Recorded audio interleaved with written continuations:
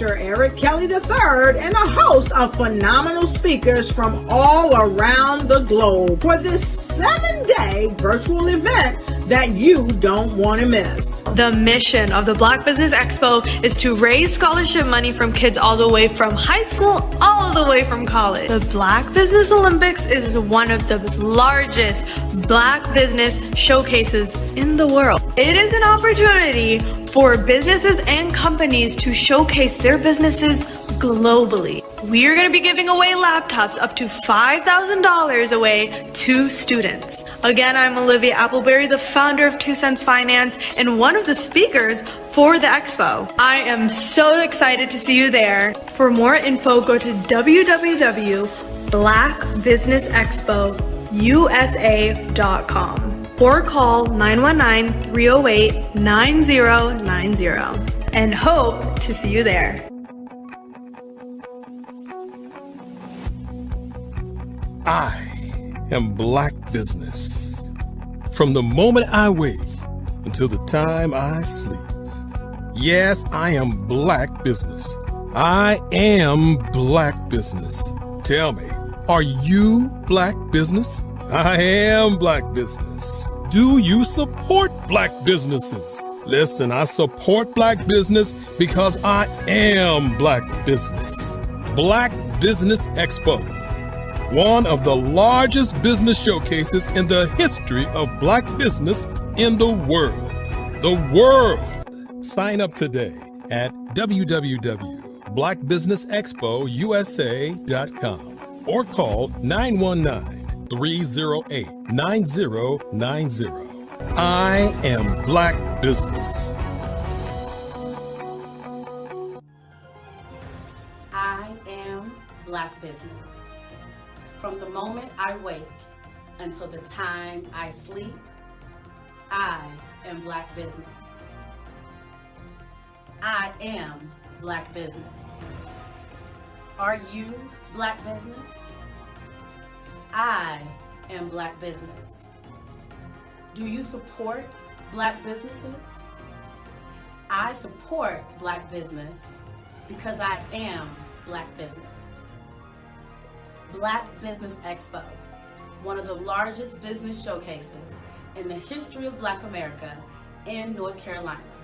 Sign up today at www.blackbusinessexpousa.com or call 919-380-9090.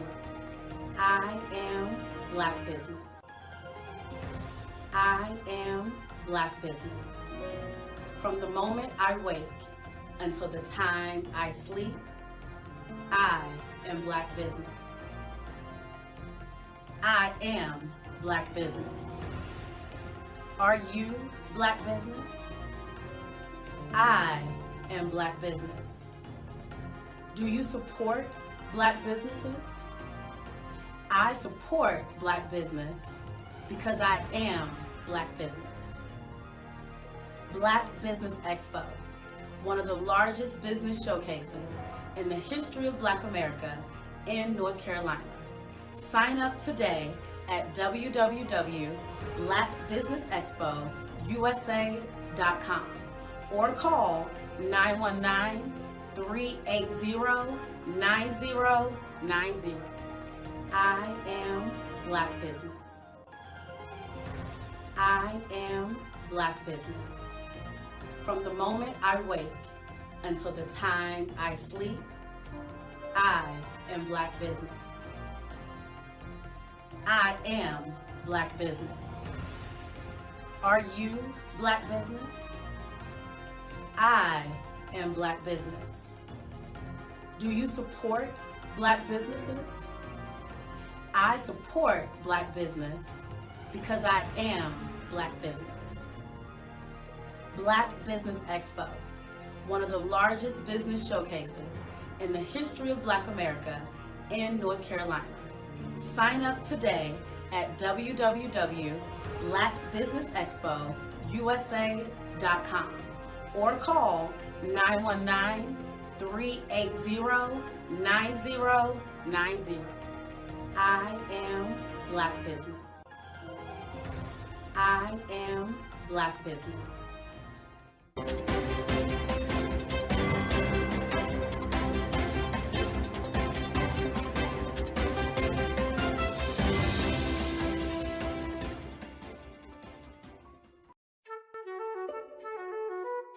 This is Dr. Arnold T. Petsworth. He's the owner of Petsworth Vet World, a veterinary clinic in Hopton, Connecticut. His patients include dog, cat, frog, fish, Goldie? dog, and this alpaca. Due to doctor-patient confidentiality, we can't tell you their names. Business at Vet World was steady, and then quarantine hit. Neighbors brought new four-legged friends into their homes. Bunnies. Bunnies everywhere. Dr. Petsworth welcomed these new patients with open arms. The only problem? There were more appointments than he could manage. That's when Dr. Petsworth turned to his American Express business card, which offers spending potential that's built for his changing business needs. He decided to hire a new assistant, Julio, and with spending power built for business purchases, he used his card to furnish a new exam room. Together, Dr. Petsworth, Julio, and American Express Business made sure all the pets of Hopton got the love and care they deserved. And everyone was happy. Get the card built for business by American Express.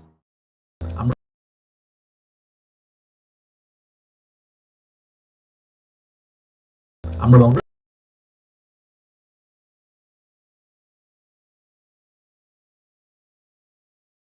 Hello, I'm Dr. Eric Kelly III, the visionary strategist and founder of the Black Business Olympics.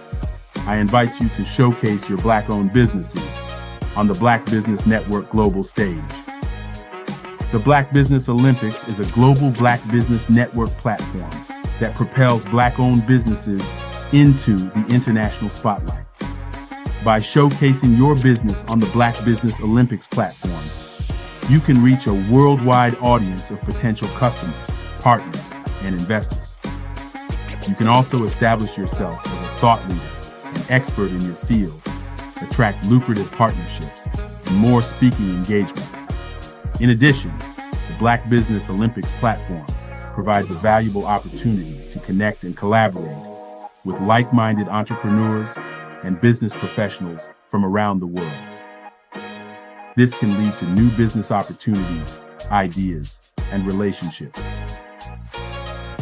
Finally, by sharing your story and expertise on the Black Business Olympics platform, you can inspire and empower others. This is a powerful way to make a positive impact on the world and leave a lasting legacy. If you are a Black-owned business owner, I encourage you to seize the opportunity to showcase your business on the Black Business Olympics platform. It is a once-in-a-lifetime opportunity to make an indelible mark on the world. Be one of the 1,000 visionary entrepreneurs who are changing students' lives, shaping industries, and leaving an unforgettable legacy for their families. Unleash your voice on our global stage and watch your business thrive. Black Business Olympics is one of the largest Black business showcases in the history of Black business in the world. Yes, the entire world. Just give me a call today at 919-308-9090.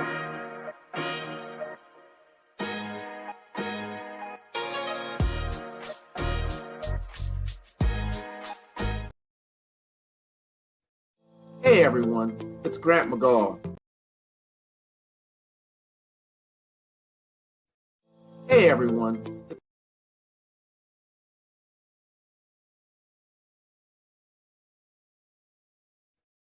Hey everyone, it's Grant McGaw, CEO CEO of 5-Star BDM and host of the award-winning Follow the Brand podcast and TV series, where I help you to build a 5-star brand that people will follow. My genius is personal brand development through intelligent communication and helping you achieve your business and career goals. I am a requested speaker on digital technology and brand development issues.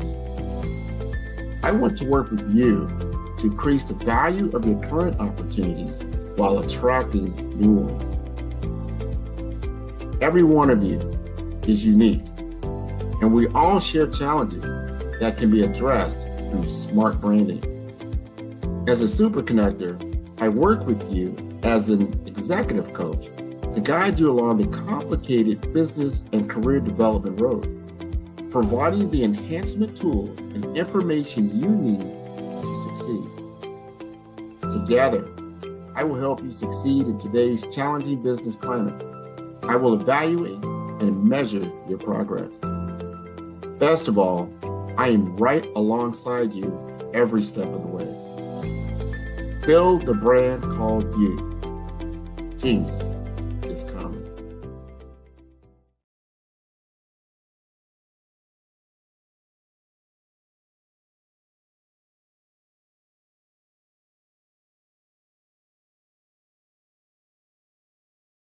Phenomenal Tanya T. Wise, who is here from the great state of Maryland. Tanya, welcome and thank you for being with us today. Can you indulge our audience a little bit and tell them just a little bit more about who you are and what it is that you do? Well, I love being able to talk to people and have a magnetic attitude, being able to just show them. So I always like to say, level up is Coachette. Tanya T. Wise here. So can you tell our audience, just give them a teaser about what your presentation will be about?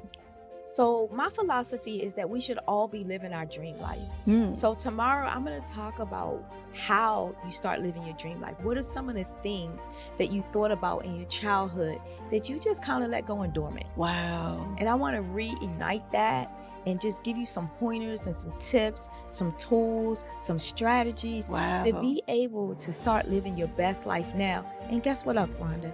And leave an inheritance for your legacy. Oh my goodness. Okay, I know that's resonating with a lot of people. I've heard that you have a dynamic coaching program. Can you tell us a little bit more about that? Absolutely. So our coaching program help people that have the lack of time, that lack strategies, and lack the confidence to go after their dream life. So we help them implement tools, we help them implement strategies, as well as give them resources so that they can live their best life now and leave that inheritance. Wow. Oh, I love that. I love the leave the inheritance part. Listen, you are dropping some major nuggets, and I know a lot of what you're saying is resonating with a lot of people, but I think we're all curious. How did you even make this transition into the speaking and coaching arena? What's the story behind this? So I started out in finance, and I realized that a lot of people don't necessarily go after their dream life because of the lack of finances or the education behind finances. But it wasn't until I lost my firstborn, my only son, that life changed for me. And where I was going after it all, living the corporate life, hit my 6-figure income and living in my dream house with my dream man, driving my dream car. I nearly lost it all when I lost my son. And so I realized it only takes one financial catastrophe that can change your entire life. That's what made me start All New Beginnings. Because no matter what's going on in life, there's a new beginning. And because of that, we develop a program called Wise Minded. My little slogan is, don't just dream it, let's live it. If they want to connect with you or work with you, what is the best ways for them to be able to do that? Well, for my social media guru, you can connect with me on every single social media platform as Tanya T. Wise.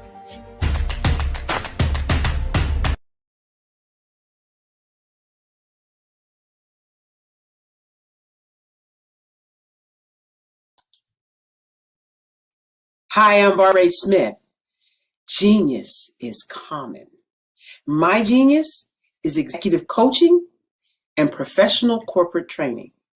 As the master executive coach and corporate training ambassador for the Genius is Common movement, I help business owners craft their stories in such a way that you know exactly what they do, what they have, and what they bring to the table. Many times as business owners, we are asked, so what do you do for a living? And we could be crushing in our businesses, but we're not quite sure exactly what to say in a short amount of time. Well, I help you take those stories that are the reason why you're in business and why you're so passionate about your business and craft them in such a way that people are drawn to you as opposed to being repelled by you. Because every conversation, every time you talk to someone about your business, you are excited about it.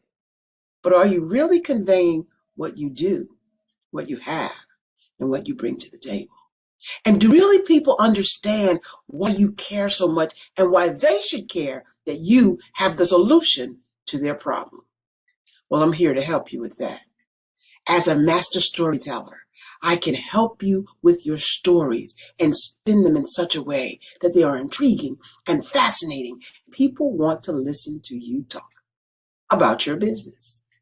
That's why at the Genius is Common movement, I am the master executive coach and professional training ambassador. That's my genius. And genius, oh yeah, it's common. I was born in a little village on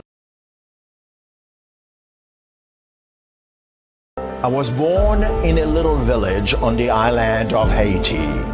Many deadly diseases pounded me. It is as if they were on a mission to end my existence on this earth. I refused to give up. In 1983, I left Haiti and came to the United States of America. And I came with $5, 2 shirts. I didn't speak any English. I came to Atlanta. I got a job. I was a doorman. I was a doorman with a dream. What I used to come on stage. I'd rehearse this moment that I'm standing in front of you. That's the power of a dream. Maybe today is the day you begin acting as if you already have it. And then step out with full force. Take a risk. No condition is permanent. Don't let your situation distract you. You are chosen. You are called. You are born for a purpose in this life.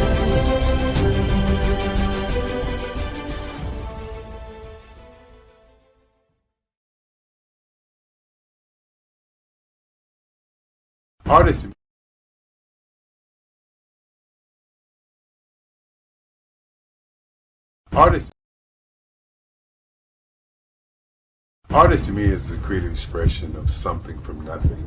You know, it explodes onto the canvas, or it explodes on in my work. One of the things that I try to do more than anything is I try to just give the lines and the movements and emotions and expressions into what I do. Art really means to me a chance to express how I feel deep down inside.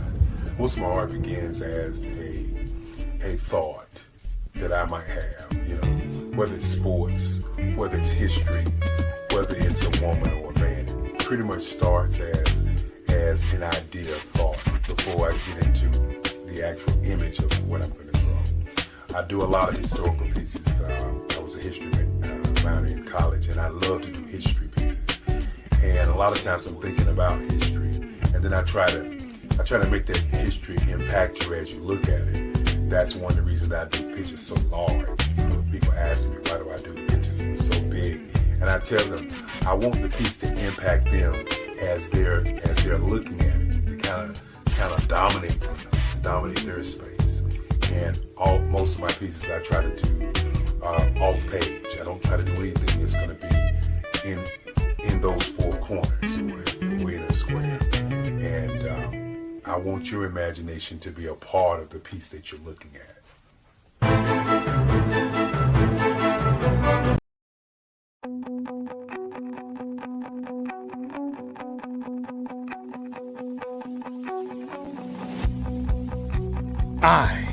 am Black business. From the moment I wake until the time I sleep. Yes, I am Black business. I am Black business. Tell me, are you Black business? I am Black business. Do you support Black businesses? Listen, I support Black business because I am Black business. Black Business Expo, one of the largest business showcases in the history of Black business in the world. The world. Sign up today at www.blackbusinessexpousa.com or call 919-308-9090. I am Black business.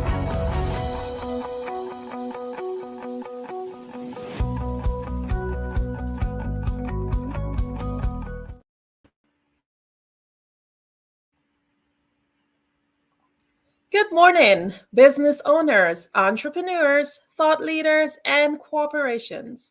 Welcome to the Black Business Network. My name is Andrea Adams. I am your business moderator for this morning on the Black Business Network. The Black Business Network is a 24-hour business network showcasing Black businesses, business owners, entrepreneurs, and thought leaders worldwide. We have speakers from North Carolina, London, Singapore, Africa, Japan, and cities all over the United States. The Black Business Network is a global community sharing its business knowledge to empower, inspire, and educate businesses about business. Our first speaker for this morning is Dr. Michelle Boone Thornton. Dr. Thornton has championed education from kindergarten through college, following her parents' footsteps, who were both educators, City of Newport News father, and Virginia State School of the Deaf and Blind mother.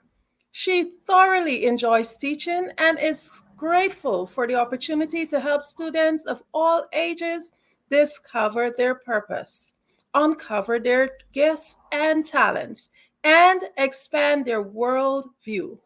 Dr. Boone Thornton believes that learning is a reciprocal process that creates a natural, interactive exchange of ideas, visions, and creativity. It is my pleasure to introduce to you this morning Dr. Michelle Boone Thornton. Thank you so much, Andrea, for that introduction. And I'm just glad to be here today. Genius is coming, and I'll see you on the other side. Thank you so much. Well, I want to talk about emotional wellness because this is Emotional Wellness Month, October, and there's so many things that are going on in our environments that really impact our emotional wellness. But one of the things that I do on my platform as a speaker is talk about how to transition your reality by removing the mask. And so everybody's like, the mask? What do you mean? Well, I have developed a workbook and actually a series of books. But I did the workbook first because I felt like this was a crucial step towards removing the mask. You know, we bury so many of our emotions. You know, we think we put them out of our mind. We're just not thinking about them, but they're still there. In fact, the other stressors that we go through throughout the day compound what's already being buried. So the transformation that I take people through in my workshops and my seminars, you know, kind of helps them come from under those layers and improve their emotional wellness, which also improves your mental health and your physical health.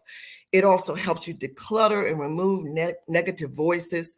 You know, we're in such a critical world, such a critical environment that, you know, we do it to ourselves. The first thing we start thinking about is what we don't have, what we need, you know, how we're going to fail in some kind of way. And then society has a way of saying, yeah, you were right. We're constantly being distracted. Our attentions are constantly being pulled in this direction, that direction. I mean, you can go to bed at night, you know, you've gone through your day, you're getting your rest, but as soon as you wake up, that cell phone starts, those text messages come in, the emails come in, and social media, and you start seeing all the destruction or destruction patterns around us. So one of the things I help people do is help remove the self-imposed stress. Yes, we put stress on us. We don't automatically wake up and say, hey, how much stress am I going to put on myself today? But it happens. So the workbook helps us do the work in preparation so that we can transform and begin to receive the signals that are healthy in our minds and move forward from there. The lessons that I have in the workbook are really scenarios that kind of make you think about what's going on in your life and, prompt you to face what it is that you're burying. Is it doubt? Is it shame, guilt, abandonment, betrayal? Things that kind of just lock you in to a way of thinking. No matter how bright you try to make your day, those things are still there because you've buried them. They haven't gone anywhere. And they're really what feeds your mind, that keeps that negative persona going over and over and over again. Basically, you're re-traumatizing yourself. So those are the things that we want to focus on. Those are the things we want to help you remove and address. Going through life, I can't remember anybody ever saying to me, Michelle, you're going to have these emotions, and this is how you need to address them in a healthy way, versus covering them and hiding them so other people cannot see your vulnerabilities, your hurts, and some of the things that you're going through. So during a lot of my workshops, I use the workbook in its entirety. I have the workbook, I have a companion journal, and I have the actual book itself. The companion journal is very important because as you go through some of the steps, using the scenarios that I give you to kind of unlock and help you look at what you've been hiding and putting away, when you say, I'm going to deal with that later, I just got to focus on what's going on today, I don't have time for that drama, the drama is still there. And the workbooks help you look at that. But then I want you to kind of start to journal what you're seeing. Because when you write, it ignites not only emotions, memories that have been locked, and feelings that you just kind of put aside. You want to write about it. You want to look at it. So now you can examine it and see, how am I really going to deal with this? I need to deal with this. You can look at a pattern of how this thing that may have happened in your childhood is impacting what's going on as an adult. You think you've been over it. And I have people that I work with and say, hey, I really thought I had really dealt with that. But, when my child went off to college, I had that same abandonment feeling that I had when my mom didn't come home, or other issues. And so they're still there. The workbook helps you take a closer look, and the companion journal helps you journal about these things, so that you can see how you're handling it, how it has affected you. And even as business leaders, we're so focused on our business, maybe on the people that work for us, on our products, the sales, the people we're coaching and mentoring, that we don't realize that we take on their stresses and the stressors that are all in the environment on top of what we have deep down inside. Masking can help it really can affect the way we see our world. I have a lot of people that I work with, and they have erected these walls around them, so that, nothing is going to penetrate me. I don't have to deal with it, but you do. You do. I was just talking this morning about vicarious trauma. Things that happen to other people we know, people we have a relationship. And even though it doesn't happen to us firsthand, we still feel the pain that's associated with that. And so before I conclude today, I'm going to tell you more of how you can connect with me, how I can come in corporately or your nonprofit or even at university and talk to professors about removing this mask, because they're dealing with students who are just really dealing with some emotional issues that can impact every aspect of what we are doing. So let's focus for a few moments on October, which is Emotional Wellness Month. And so every time I ask my students, I teach at the university level, and I have traditional students and I have adult students, and they're all to some degree balancing work, life, school, and every other thing that comes on their plate. And I always ask them, what are you doing to support yourself emotionally? Emotional wellness refers to the state of being aware and accepting one's emotions, effectively managing them, and maintaining a positive overall emotional state. Okay. It involves understanding and expressing emotions in a healthy and constructive manner, as well as developing resilience to cope with all of life's challenges. And I have people that'll say, well, I handle my emotions. I don't let them get the best of me. That doesn't mean that you're handling them. Oftentimes you can be burying them or masking them. And so I'm going to talk just a little bit about what that looks like overall for our physical health and symptoms. But in essence, emotional wellness has a profound effect on our overall health. When we start thinking about health, we start thinking about things like eating right and exercising and changing our diet and doing more of this and doing more of that. But a lot of our health conditions stem from an emotional perspective. Those who have attended my workshops will tell me, how they just get stressed out, meaning they're dealing with multiple stressors, and it's affecting their physical reaction. Their immune systems are weakened, and just their decrease. They have an overall decrease in energy. When people get stressed, one of the things I ask people, how do you know you're stressed? They'll say, well, it's like I get sick. I everything that comes out, I catch it. The flu, COVID, everything. My immune system just seems really, really low, and I take all these vitamins and it still doesn't work. Well, factors that impact emotional wellness, of course, the stress, high levels of stress, it can really work on you. So what we really want to do is manage it and maintain that emotional balance.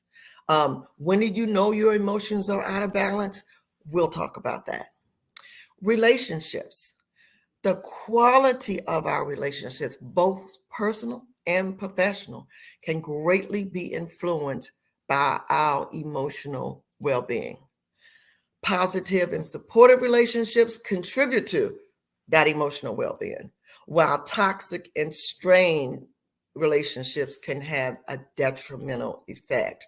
Well, the truth of the matter is we live in a world where we're going to have all sorts of relationships, okay? But we have to balance it, and we can manage it through removing self-imposed stress, where those toxic relationships are not out of line with healthy ones. Life events. Significant life events, and the loss of a loved one, the loss of a job, major transitions, moving, relocating, they can all affect your emotional well-being. And so it's important that you acknowledge it, and you acknowledge those events and find a healthy way to deal with them. Again, our physical health, chronic pain, chronic illnesses, physical limitations, our mood is just kind of all over the way, all over the place. I met with someone who is, kind of part of my team, and they are normally like really easygoing, nothing really kind of gets to them. And, we were talking about certain things that were happening at the university, and they were just really like, well, there's nothing I can do about it. And I'm like, okay, but this was really out of character for them.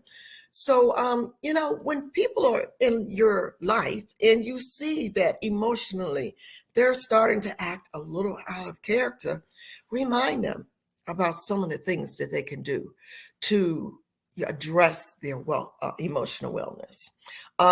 Sleep. Sleep is something that can really, really help, and quality sleep. I'm not talking about, okay, I got in bed at 9 o'clock, I tossed and turned. I was running everything through the day in my mind. I was thinking about stuff I have to do the next day. You wake up, you're exhausted. That's not quality sleep. So you really have to prioritize and maintain healthy sleep habits to support your emotional wellness. Self-care, I can't say this enough. Find things that bring you joy. Practice self-compassion. Setting boundaries can contribute to your emotional wellness. When you just let people, in that really have no business, in your personal space. And it's, setting boundaries means you have to cut off limits, make limits. Like when you go to work and you come home, there should be a limit to what you do once you cross that threshold to your house. You shouldn't still be taking calls. You shouldn't still be doing work. You have to set those boundaries. Technology makes it so that people have access to us 24/7. They really do. So make sure you set limits. You turn off your phone. You turn off your computer. You let people know, hey, if you want to contact me, do it between this time and this time, 9 to 5 or whatever. If something happens, fine, you can email me, but know that I will be responding to that. The next morning when I arrive at work, you have to set these boundaries for yourself. And also think about your environment. That really plays on your state of being. Places that are very noisy and loud, places that have a lot of clutter, and you want to just set that mood for yourself. Go outside, take a walk, just come, just clean. I find when I clean and I can sit and, there's not stuff all over my desk, even though that's how I work and a lot of people do. But when I clear that desk and I sit back and I just get me a book where I can just read and reflect, it just changes my atmosphere. And then remember trauma. We are in the aftermath of trauma that we experienced from COVID. A lot of that we never got a chance to deal with. We never got closure. And so we just kind of buried it because a lot of loss and grief and death was happening so fast that to sit down and really think about or try to deal with that, it was too much. So it was buried. And then, once COVID was over, many of us thought, hey, we're going to go back to normal but there was no normal. And we had to realize this new normal, which put us in another state. And so we have to deal with that on top of trauma from experiences that are going on right now. War and death and destruction and losses. around us. And when this trauma gets to be too much, we've got to recognize that. When we are managing our emotions, we recognize that, something's off, something's not right. If physically we know we need to focus more on wellness because the clothes are getting tight, the scale is going in the wrong direction. Maybe we're checking our blood pressure and our A1C, that's going up. Our joints are tight. We just don't have energy. We know, and we even start to do things and put things in place right away. But emotional wellness, when we have those symptoms, increased anxiety, irritability, mood swings, just frustration and anger and feeling hopeless, and stuff that kind of used to bring us joy, it doesn't have the same impact. Those are symptoms. Those are things that we really need to start thinking about.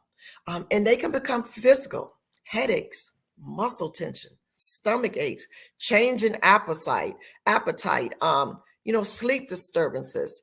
There are a lot of things that happen.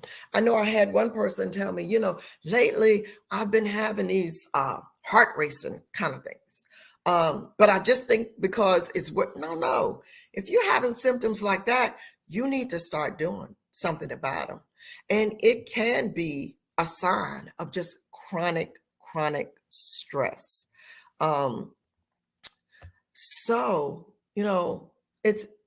We got to do something. We got to make some changes.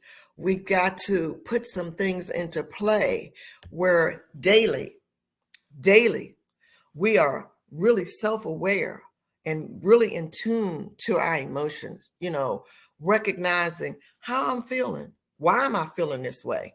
Recognizing any changes in our own behavior,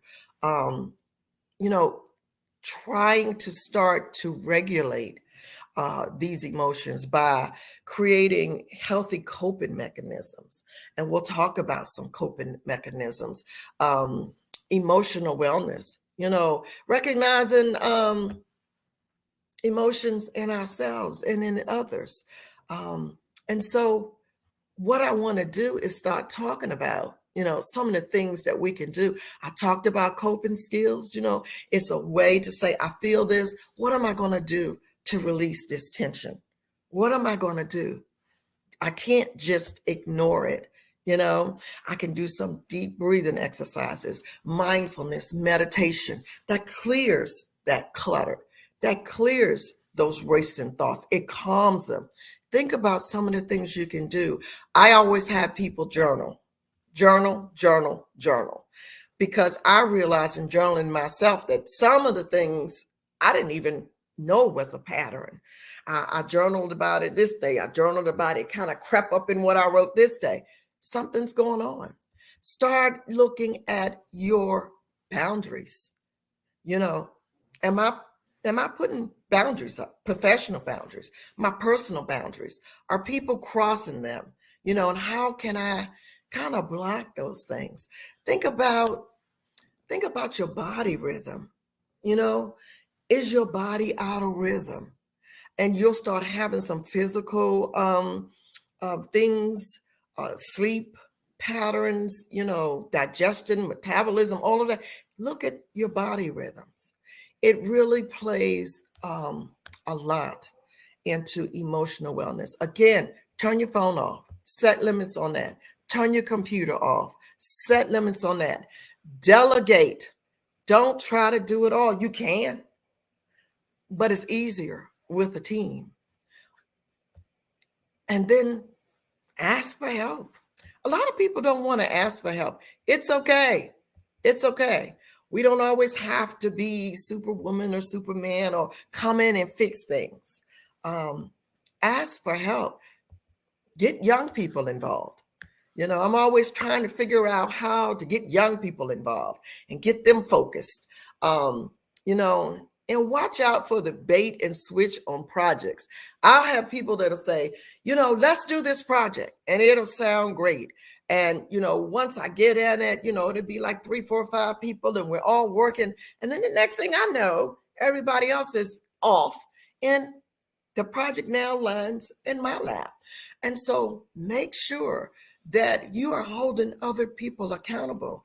Yes, you have the expertise. Yes, you can do it. Yes, you can make it happen, but you're putting your body through stress. And because you don't see the stress like you would physically being traumatized and gaining weight and all that, you don't see, you ignore, you cover it.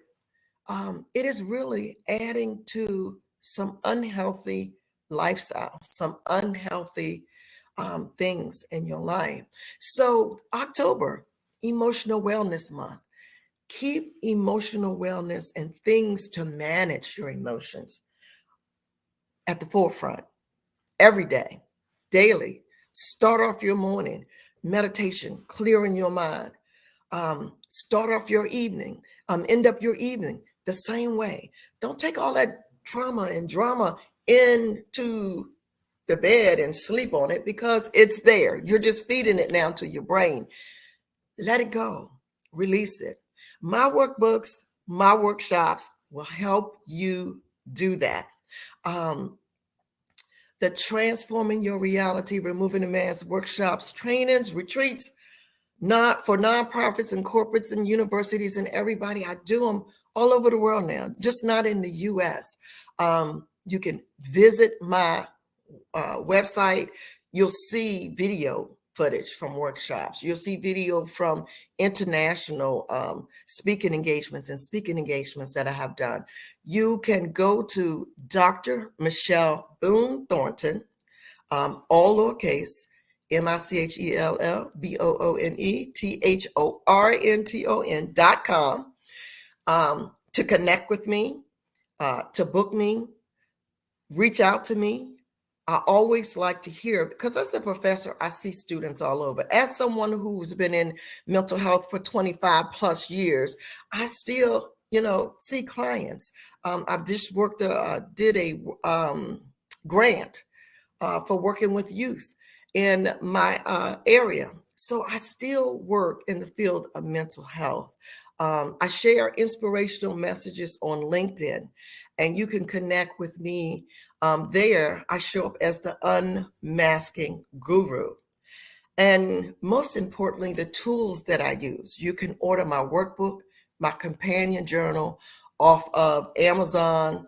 And I am coming out in October with the, guide to discovering your authentic self. This month, you'll see more about it. We will launch that book at the Global Chamber Transformational Writing Conference in Puerto Rico, December 7th through the 10th.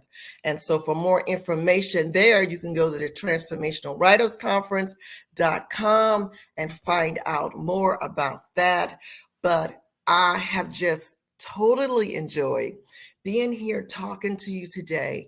And I want you to really put your emotional health and wellness first. Make it a priority. I know people who they tell me, Dr. Boone Thornton, I walk every day. I exercise every day. I really try to eat right. Maybe not all 3 meals, but I really try to eat right. But I want you, from the emotional standpoint, to start using some of your coping skills. Remove some self-imposed stress that's just caused by society and technology in general. Do those things. Start looking at how you feel at the end of the day and address it and take action. Thank you so much. Wow, this has been such an enlightening start to this morning, Dr. Boone. I would like to ask you, there's something that stood out to me when you mentioned about having your environment clutter-free and cleared out. I did that most recently, and that's something I find that I do whenever everything feels as if it's overwhelming. Can you just zoom in a little bit more on that and how it really affects your mental state? Absolutely. One of the things that we have to get rid of is distractions. And when the environment is cluttered, that's part of the distraction. There's things that distract us and keep us from focusing all throughout the day. But when you come home or when you're in a place where you need to focus, you want that to be decluttered so that your mind can focus on whatever topic or whatever it is you're doing, and not the fact that, these books over here really need to be put up, and, I really need to go through this pile, because they're piles of work. So you have to sort that out and just start fresh. Amazing. I know it's easier said than done. Many of us, we fight a really big mental battle. Can you just tell us, like, what steps or what are the first steps a person should take in order to get things on track and put themselves into that frame of mind that they need to be able to succeed? Absolutely. I like how you say frame of mind, because it is a frame of mind. If we start thinking about all of the things that come against us emotionally, that add to stress throughout the day, then it'll put us in a frame of mind that we need to be addressing that every day, all day. And it is difficult because so many things can overwhelm us. We don't have a lot of time. And so we're working stuff in. But this is the first thing that we need to address. So little small things, even if it's just taking a moment of quiet, silence, just to quiet your mind and calm yourself. Start there, and then you can work up from there, adding more things so that you're doing 30 minutes and an hour, outdoors, indoors. Find those places of calm for you. Thank you.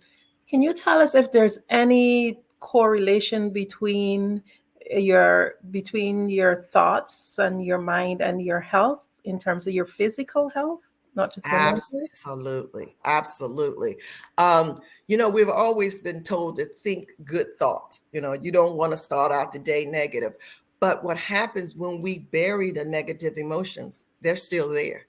They're still clouding those good thoughts that we are having. And so mentally, we have to, a lot of people do self-talk, that's great. But mentally, we have to understand that the negativity is there and that we need to address that first. First thing in the morning, last thing in the evening, because it just piles on us all day. And so that will just give us a release. I work with a lot of people and they say, I just feel, like I've gotten a restart when I do that. And so I want you to do what you can to restart your thoughts every day, to reframe and restart. Okay, just one more question before we wrap up. What do you think is the source of the negative thoughts? What is the source of it? It's just our environment, Andrea. You can turn on the TV and there's war and there's death and there's destruction. You can go into the grocery store and bread is $8 and eggs are $7. And, when you start thinking about, how am I going to get to work? How am I going to feed my kids? Gas is, $8, $9. It's all over. It's everywhere. That's the source. Just waking up and living in the world that we live in, it's the source. We hear about death, destruction, all day long. We can't get away from it. So because of it, we have to be cognizant of what we do with that and how we release that throughout the day. And that will help our emotional state. Amazing. So in closing, can you just tell us, when we connect with you, what results do we get and how do we connect with you? Well, you can connect with me through my website, drmichelleBooneThornton.com. I also show up on LinkedIn as the Unmasking Guru. And when you connect with me, I will, especially if I'm doing a workshop or a training, I use my tools, my workbook, my companion book, and my actual authentic book to help you become that person, to help you look under the mask at everything that you have been masking, emotions, hurts, harms, everything, and to deal with that and to unmask. And so, the sooner we start doing it, the better, because there's just so much going on in our environments every day that we cannot continue the way that we are, taking in the level of stress and pressure that we're presently working under. Thank you so much for embracing us with this great start, this great information. You are welcome. Genius is common, and I'll see you on the other side.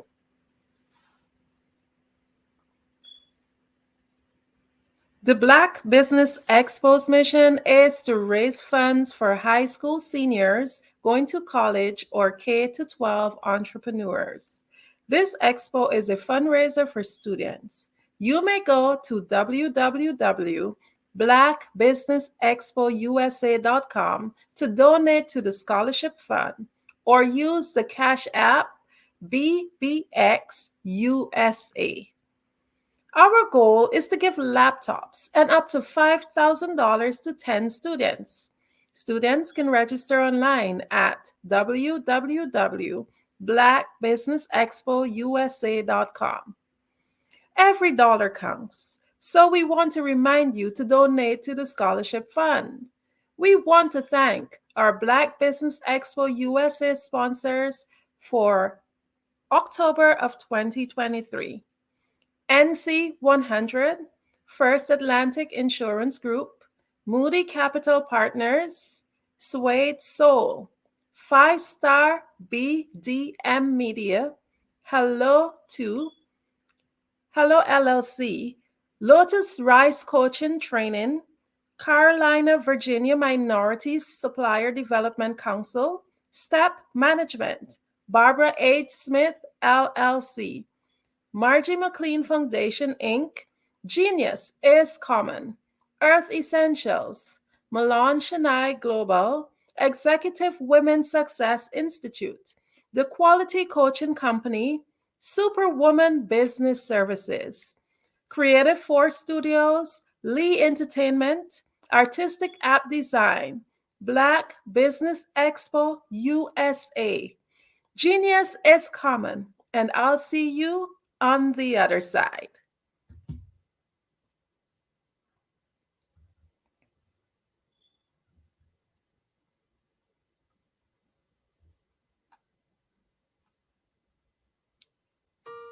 Hello, this is Israel, and I am CEO of Daydreams Interactive and author of Princess Planet. So, genius is common, and as a kid, I loved to daydream. Even as an adult, I loved to daydream. And when my daughter became 6 and loved princess characters, but we just could not find the diversity that showed her, we created our own characters. So, for instance, you have Princess Nulu right here. Princess Nulu is from Uganda, and her genius is that she loves to take care of animals. She can actually even listen and hear what they say. And then we have Princess Isabella right here. Princess Isabella, she's from Cuba, and her genius is biochemistry. One day she hopes to eliminate disease. Then we have Princess Nia right here. And Princess Nia is based off of my daughter, and she is what she wants to be, the greatest dancer alive. So that's her genius. So what's your genius?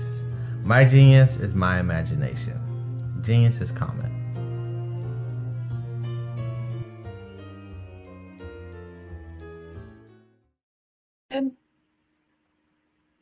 Hey guys, my name is Caden. I'm the CEO of Caden Teaches, and my genius is teaching kids about financial literacy. Throughout my financial products, such as my financial flashcards, my activity book, and my newest project, my financial bus, which I bought. And on the bus, it has a mock bank where kids will learn how to deposit and withdraw money, a mock grocery store where kids will be able to learn how to have a family budget, and a mock stock exchange where kids will even be able to learn how to invest in stocks. Now, I decided to start teaching kids about financial literacy because I find that most kids graduate high school without even knowing the basics about financial literacy. And I feel if I were to teach kids about financial literacy, that I would be able to help kids tap into their genius. And I actually learned about financial literacy to my dad because I would go to business meetings with him, and I would always see that they were talking about financial literacy. And at that point, I didn't understand what financial literacy was. So I took it upon myself to learn about financial literacy and teach it to kids in a way that they could understand. But I want you guys to help me help kids tap into their genius by going to my website, cadenteaches.com, and you can sew into me in my financial bust by going to my GoFundMe link. And remember, if Caden can, you can too, because genius is common.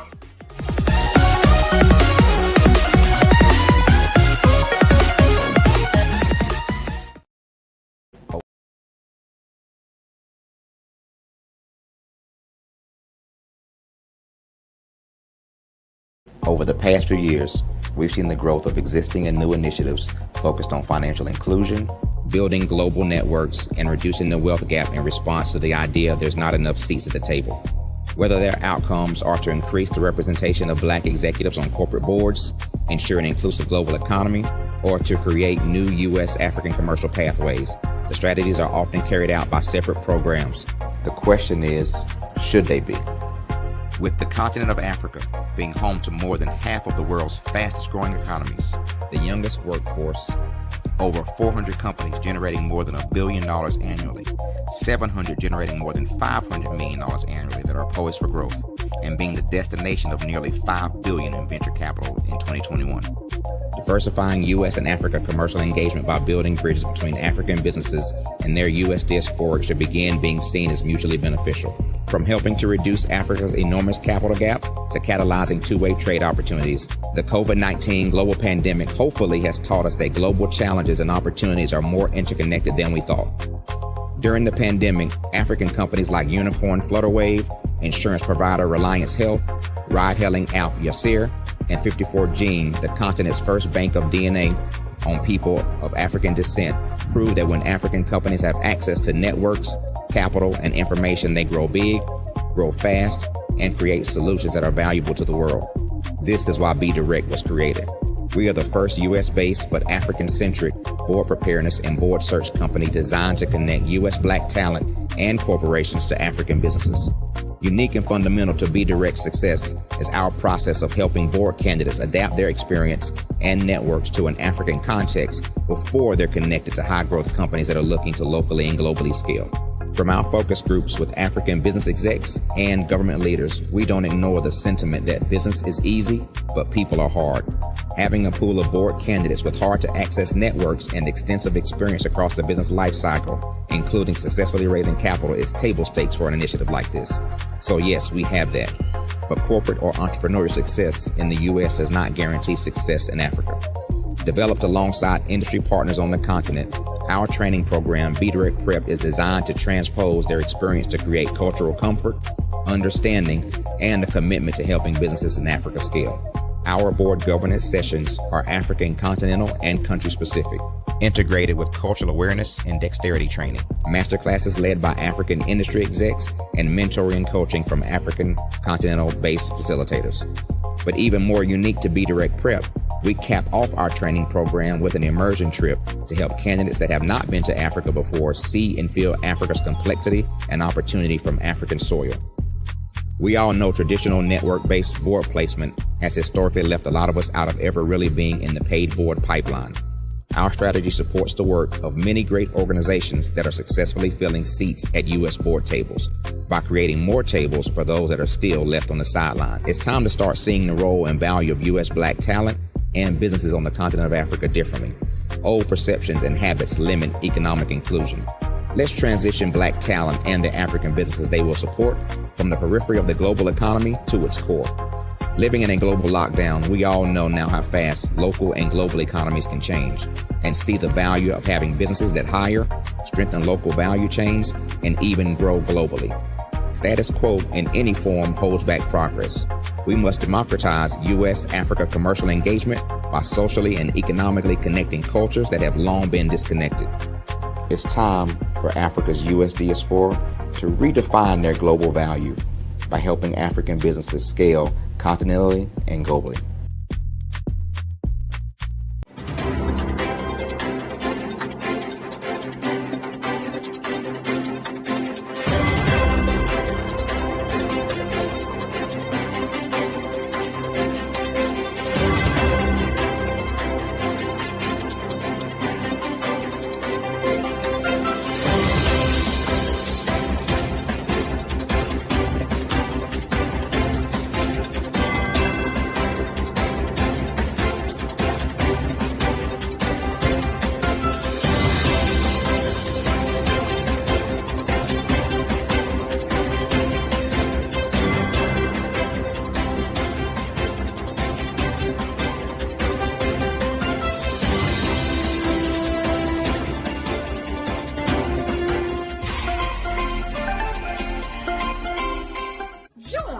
Dr. Eric Kelly III and a host of phenomenal speakers from all around the globe for this 7-day virtual event that you don't want to miss. The mission of the Black Business Expo is to raise scholarship money from kids all the way from high school, all the way from college. The Black Business Olympics is one of the largest Black business showcases in the world. It is an opportunity for businesses and companies to showcase their businesses globally. We are going to be giving away laptops up to $5,000 away to students.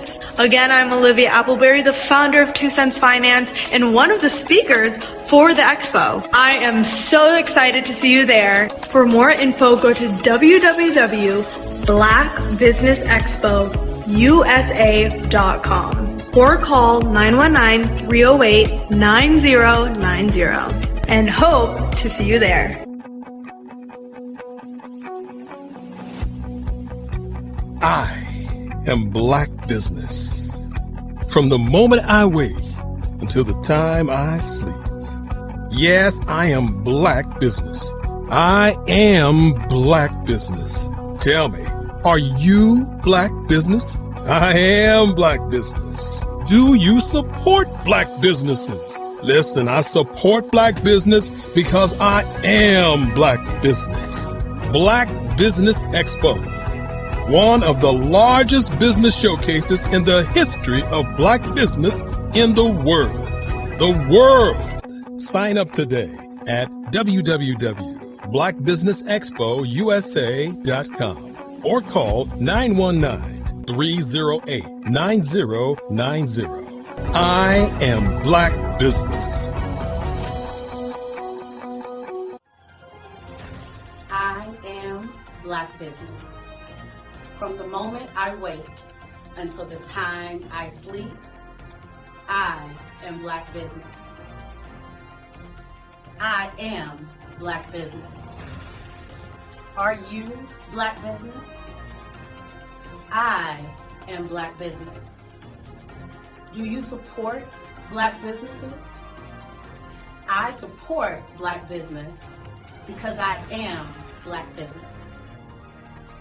Black Business Expo, one of the largest business showcases in the history of Black America in North Carolina. Join Dr. Eric Kelly III and a host of phenomenal speakers from all around the globe for this 7-day virtual event that you don't want to miss. The mission of the Black Business Expo is to raise scholarship money from kids all the way from high school, all the way from college. The Black Business Olympics is one of the largest Black business showcases in the world. It is an opportunity for businesses and companies to showcase their businesses globally. We are going to be giving away laptops up to $5,000 away to students. Again, I'm Olivia Appleberry, the founder of 2 Cents Finance and one of the speakers for the expo. I am so excited to see you there. For more info, go to www.blackbusinessexpousa.com or call 919-308-9090 and hope to see you there. I am Black Business. From the moment I wake until the time I sleep. Yes, I am Black Business. I am Black Business. Tell me, are you Black Business? I am Black Business. Do you support Black businesses? Listen, I support Black business because I am Black Business. Black Business Expo, one of the largest business showcases in the history of Black business in the world.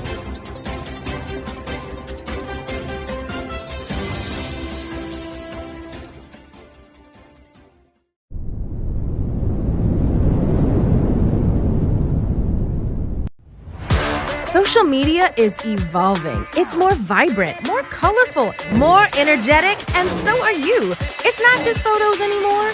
It's video, it's audio, it's subscriptions. And now there's Fanbase, a new monetized social network. Fanbase delivers the complete native app experience with full content monetization for every user. No algorithms that shadow ban your engagement or growth, and no ads.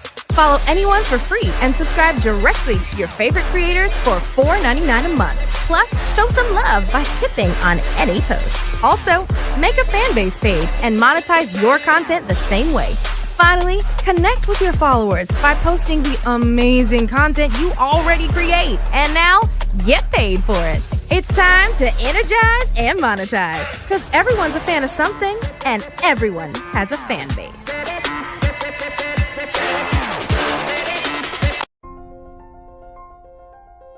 What if you could build your own city? A place where every child can find nurturing people to help them achieve their full potential. A place where every adult can access job training support. Where health education is abundant.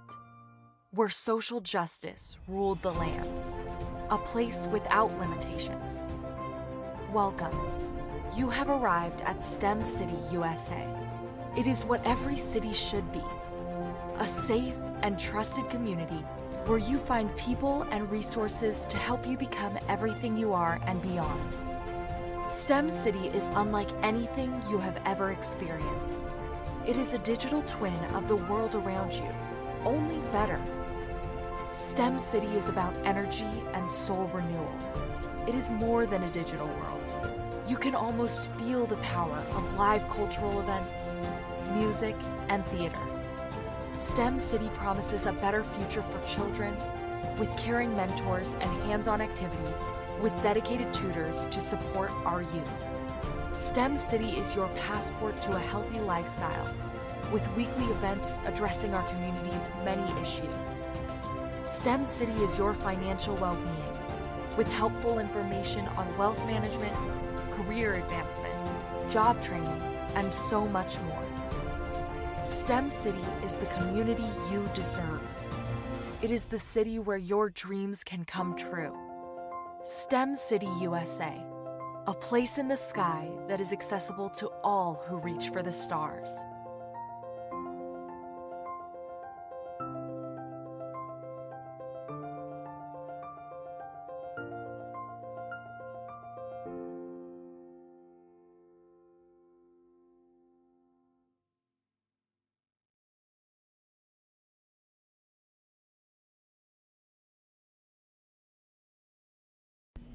Why do I do what I do? You know, my life coach asked me that a few years ago. And she said, Tony, what's your why? And I told her, and she said, girl, you've already accomplished that. Perhaps you need a new why. Hi, Tony Harris, Amy Hoydu with Say It Said Marketing, one of your students. And just wanted to say thank you, Tony Harris, for spending so much time with me and giving me that boost in my business that I so drastically needed.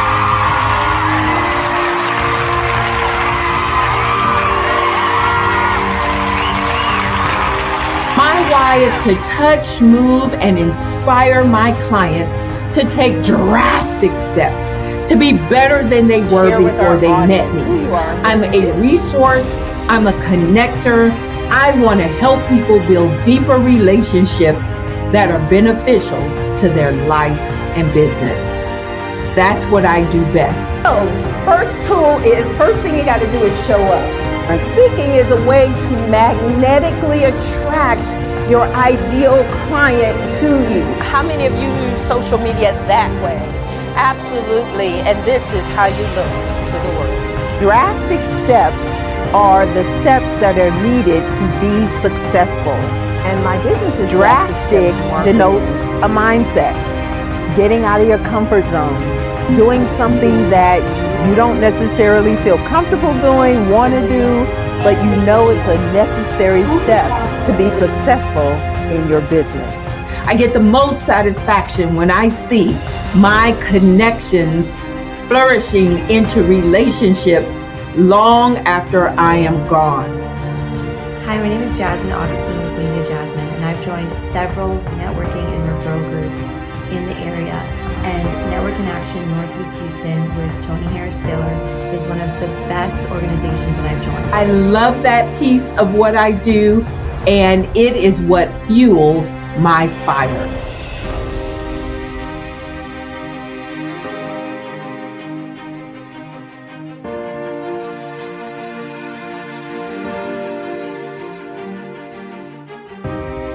My name is Tony Harris Taylor, saying take a drastic step today for a fantastic tomorrow.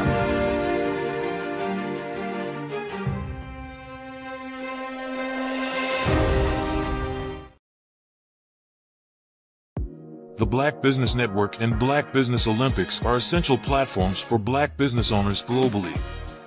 They provide the tools and support you need to succeed in today's competitive marketplace.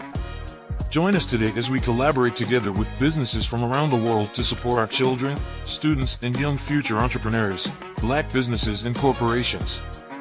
We raise funds for students going to college and young entrepreneurs who are aspiring to be business owners, and we invite you to be a contributor today.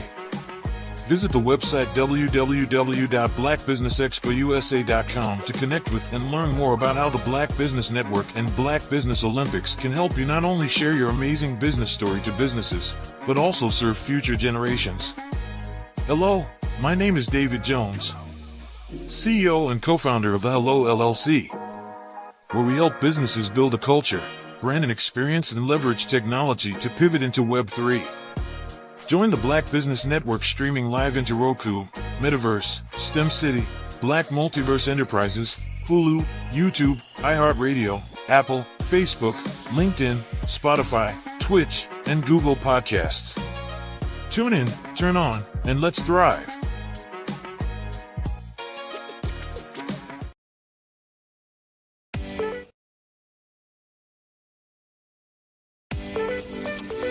You are in the right place at the right time.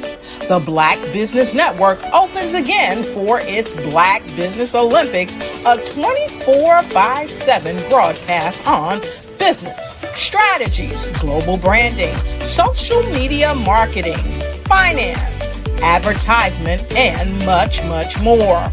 Featuring the top, most powerful entrepreneurs and speakers and thought leaders from all around the world as they gather together for this phenomenal event. Join the Black Business Network streaming live into the Metaverse, STEM City, USA, Black Multiverse, Pod TV, Roku, Hulu, iHeartRadio, Apple TV, YouTube, TikTok, Instagram, Google Podcasts, Facebook, LinkedIn, IBM TV, Spotify, and Twitch. Tune in today and be a part of this amazing movement. The Black Business Olympics welcomes you.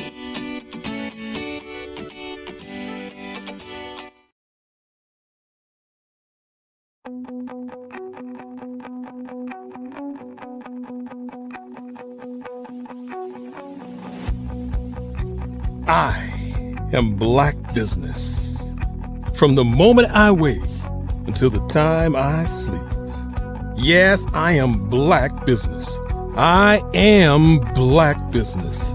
Tell me, are you Black business? I am Black business. Do you support Black businesses? Listen, I support Black business because I am Black business.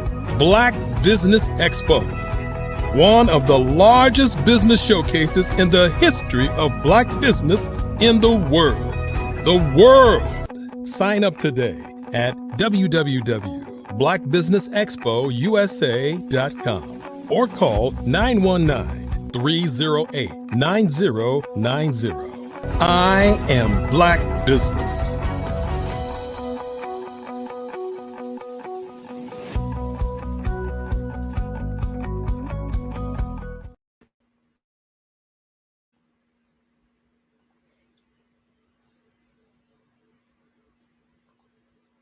Good morning, business owners, entrepreneurs, thought leaders, and corporations. Welcome to the Black Business Network.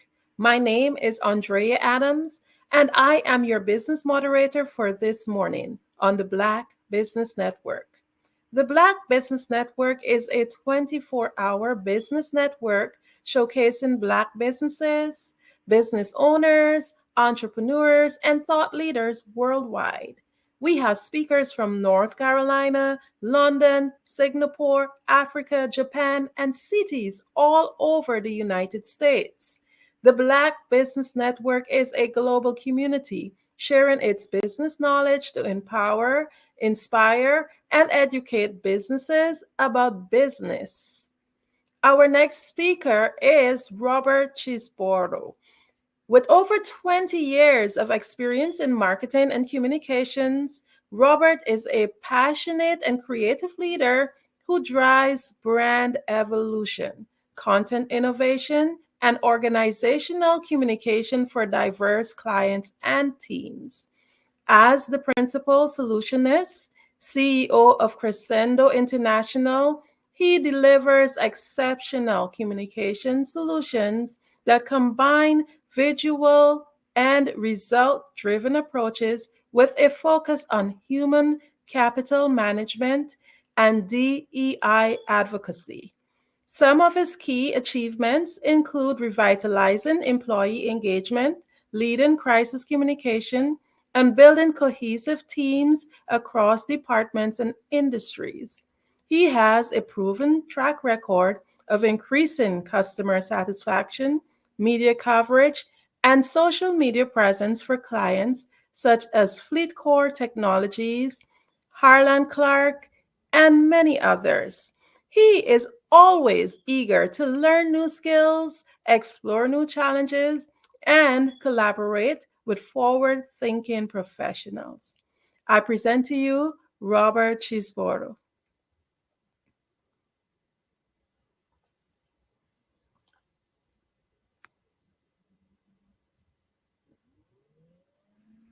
Hello. Hello. Hi, Robert. Hi, how are you? I am doing great this morning. Awesome.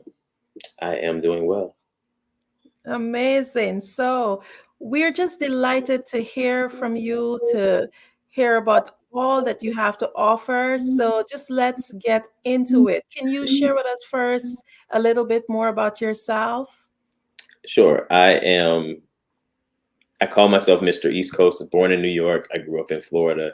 I have always been a salesman. I'm a creative to the heart. And I'm very analytical in the same instance. So I cross a lot of bridges when it comes to me as a person. Yeah. I try my best to touch everything that I can. That's a great thing. So let's learn a little bit more about your brand. Crescendo International has made a significant mark in the branding industry. Can you walk us through the inspiration and vision that led to the foundation of your company? Well, Crescendo has been a merge of a ton of different ideas that and processes that have come to me. I'm a creative, like I said, so I started doing graphic design.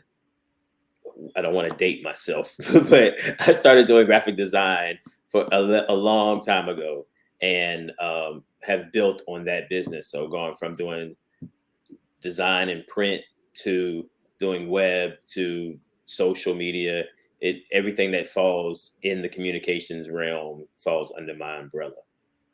I call myself a ventriloquist. Amazing. Okay, so branding and social media, that is actually the way forward. So the concept of every employee becoming a walking, talking reflection of the brand is very powerful. How do you ensure that this philosophy is ingrained in each member for your client's team? Well, as a whole, you have access to one of the key forms of advertising. It's word of mouth. If the word of mouth that you can semi-control is your employees or your colleagues. So I focus a lot on internal for my clients. I focus a lot on their internal conversation that they have, so that way they make sure that their employees are happy, so their employees can sell whatever the product that they're doing is. If you have a drink, your employees should always have that drink at the house. It should something that they have that they're able to give away, and able to expose to other people. It's whatever your product is, you should want your employees to have a piece of it. I love that. I always believe that we are our brand and we represent it, because I can remember working in industries before where the company's main focus was to ensure that each employee represented that brand. So that indeed is very much so a forward-thinking way. So let's dive in a little bit more into like identity versus market. You offer services that revolve around brand identity and market penetration. How do you strike the balance between maintaining a consistent brand image and still being able to adapt to the change in market? Well, for Black business, first and foremost, as a designer, I want to make sure that the image of our products look the same, as strong as any other product that you will see on a shelf in any store. People know your brand. Like, people attach this. You can go anywhere in the world and you see the golden arches, you know what you're expecting. You're expecting McDonald's. You expect the fries to taste exactly the same. You expect the double quarter pounder with cheese to taste just like the one you got at home. And that's what they do. So you have to build your brand based on the same thing. The market penetration aspect of it, I'm a pusher. So I will push your brand. I will continuously push your brand to the point where it can be a little aggressive, but it works. Wow, that sounds very interesting. I'm very much so inclined to connect with you after this so that we can talk a little bit more about that. And I'm sure that the listening audience would love to learn more too. So we talk about identity versus the market. So what about event mastery? Event and production management is like a key service for your company. So how do you believe that events such as product launches and contribute to shaping and elevating a brand's perception in the market? I am an over-the-top guy when it comes to event-based stuff. So I want to blow people's mind away. I am very big on counter positioning, where we take your brand and put it somewhere that it's not expected at all, even mixed into something that has no real need to be there. I love doing that because it gets so much exposure, because people pay so much attention. And that's the whole key, is to draw the attention. When you look at a billboard and you're driving down the highway, you have 7 seconds to capture that message. And now you probably don't have that, because we drive a lot faster. So it's quick. You have to penetrate very fast. I'm glad that you mentioned the 7 seconds, because I actually teach youths the art of public speaking, and that one of the things that I teach them is the importance of that first 7 seconds. It is everything. That's what makes or breaks your brand. So we talk about branding and identity, the market, and so forth. But what about digital growth? Because we know that it's not the same as before. Before it was brick and mortar only, but now a lot of stuff is really digital. So the digital realm, especially with platforms like social media, is constantly evolving. How does your company stay ahead, Crescendo? How do they stay ahead of the curve to ensure that its clients have a robust and adaptive digital presence? Well, Crescendo is the peak. So we're going to push all of our people, all of our clients, to explore every aspect of social media. It is today, and you're not going to escape it. You can want whatever, but it's there. So we try our best to make sure that we deliver a solid penetration. It's how we got the Los Angeles Lakers as a client. The owner started following a feed that I did, and then I got a message saying, "Hey, we love what you're doing. We want you to continue to grow, and we want to pay you to do it." Amazing. So, Amazing. Well, that only simply says that you're doing what you're doing well. So you talk about a client and you talk about the clients and how you're able to help them along the way. So from a client's point of view, can you walk us through like the journey with you? Like, do we have a long-term relationship, or is it like a short-term relationship where you just show clients certain things and then you let them loose? Can you give us more detail as to how it works? sure, yeah. I have clients on that full scale, that full spectrum. I have some clients who just need their logo revamped or just want to build a logo because they're starting a new business. And that's what they want, and they're gone. But then most clients, we build a true brand. So we start with the logo, we'll build out social, we'll build out web presence. We are still very big on the paper aspect of it. So from business cards to letterhead, we do that, especially if you're in a more of a corporate space. And then that's really kind of a phase one for my company. And after that, we push our best to continue to build out that true marketing. So we want to make sure that we cover not only your target audience, but the audience that you're missing. We look to try to make sure we spend in the budget to touch as many people as possible. Wow, that's so amazing. So basically, it's like an entire coaching journey when someone signs on with your company.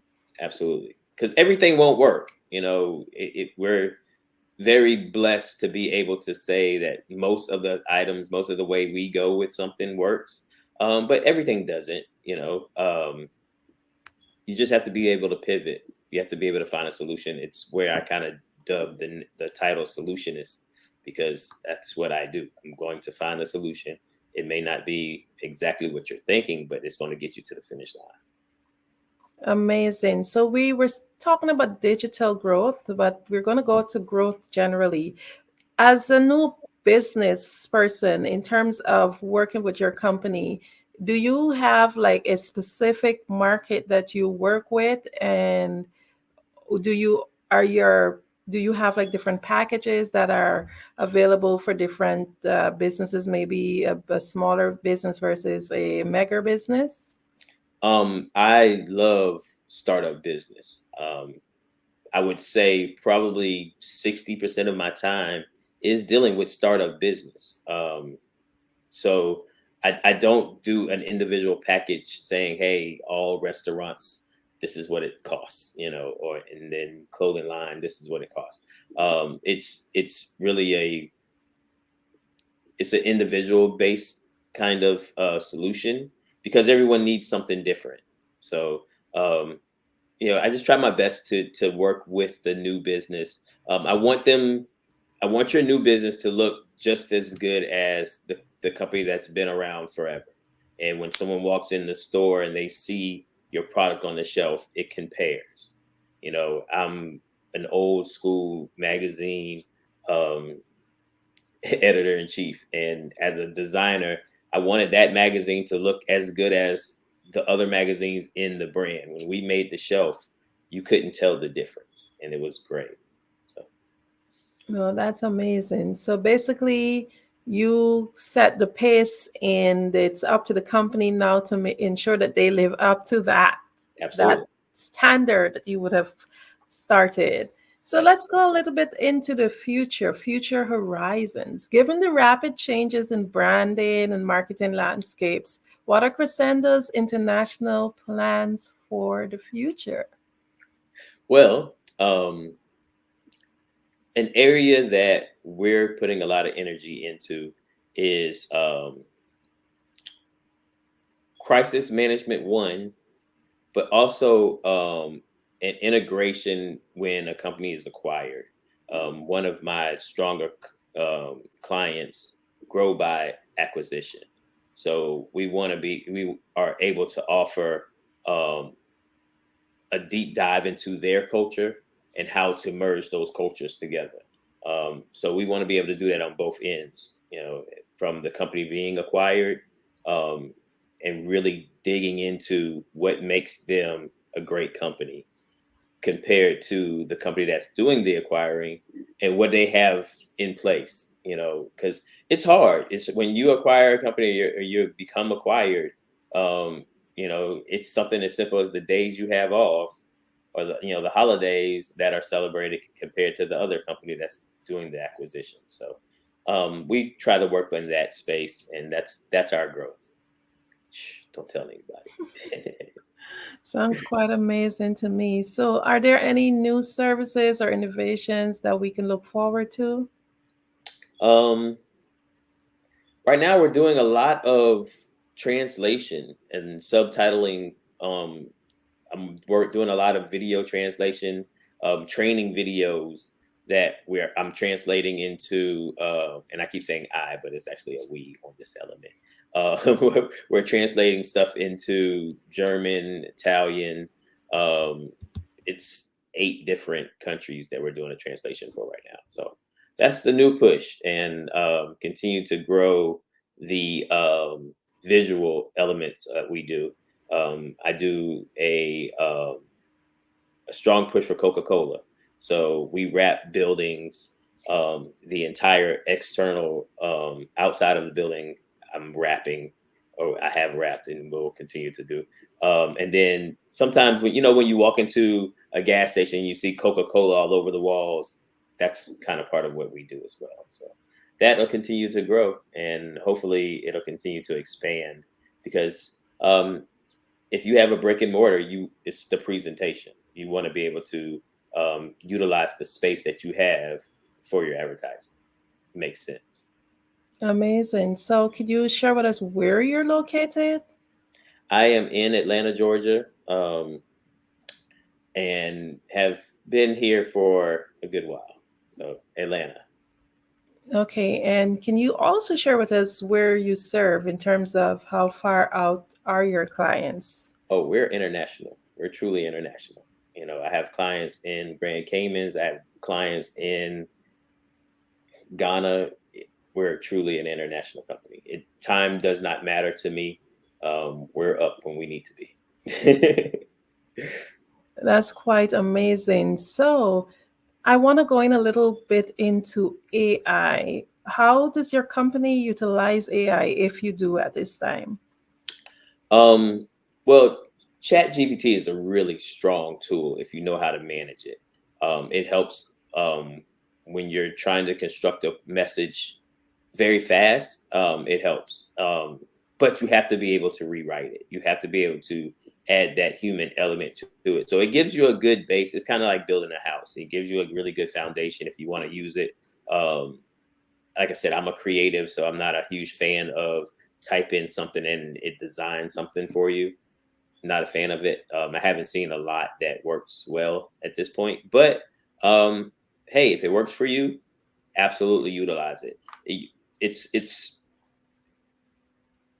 AI is what the internet was back in the day when we had the dial-up. I'm aging myself again, where you had to plug it into the wall and it dialed up and dialed in. Everyone had the AOL disc. Back then, that's what this AI is now. So I would advise, get involved, utilize it, figure it out, become a guru of it, know it, and those are the elements that fall in my lap. You just have to be able to grow. You have to be able to continue to educate yourself and learn new skills, and that's kind of where my business has grown.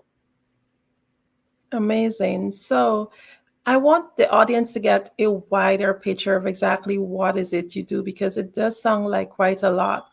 You mentioned wrapping buildings, but I also want to find out, for example, I have a company and I'm rebranding. I have a CMOS company, if you're talking to a business like mine who's about to rebrand, how would you be able to lend advice, or what kind of services would you be able to give to a business like mine? Okay, so from the beginning, the graphics, the logo, the packaging, that's what we do that from the beginning. We manage social from the beginning as well. So we'll figure out your target and just really dive deep into it. I think in the case of a CMOS company, it's exposure. The people that know about CMOS know about the benefits of it. It's the people who don't know. So I would figure out a method of distribution. I would let people try it. You have to try this. And if they try it, they're hooked. That's just what CMOS does. It's such a good mix of minerals that once you start it, and I'm on, once you start it, you have to continue because you will truly feel different. So that's what I would do. Most definitely. That's quite interesting. I'm seeing here, and I know the audience is quite intrigued that it's pretty diverse, because if you're talking about from as intricate as a logo to branding and bottling and packaging your products, that's like a complete package that you have to offer. So I'm sure that you have an amazing and dynamic team.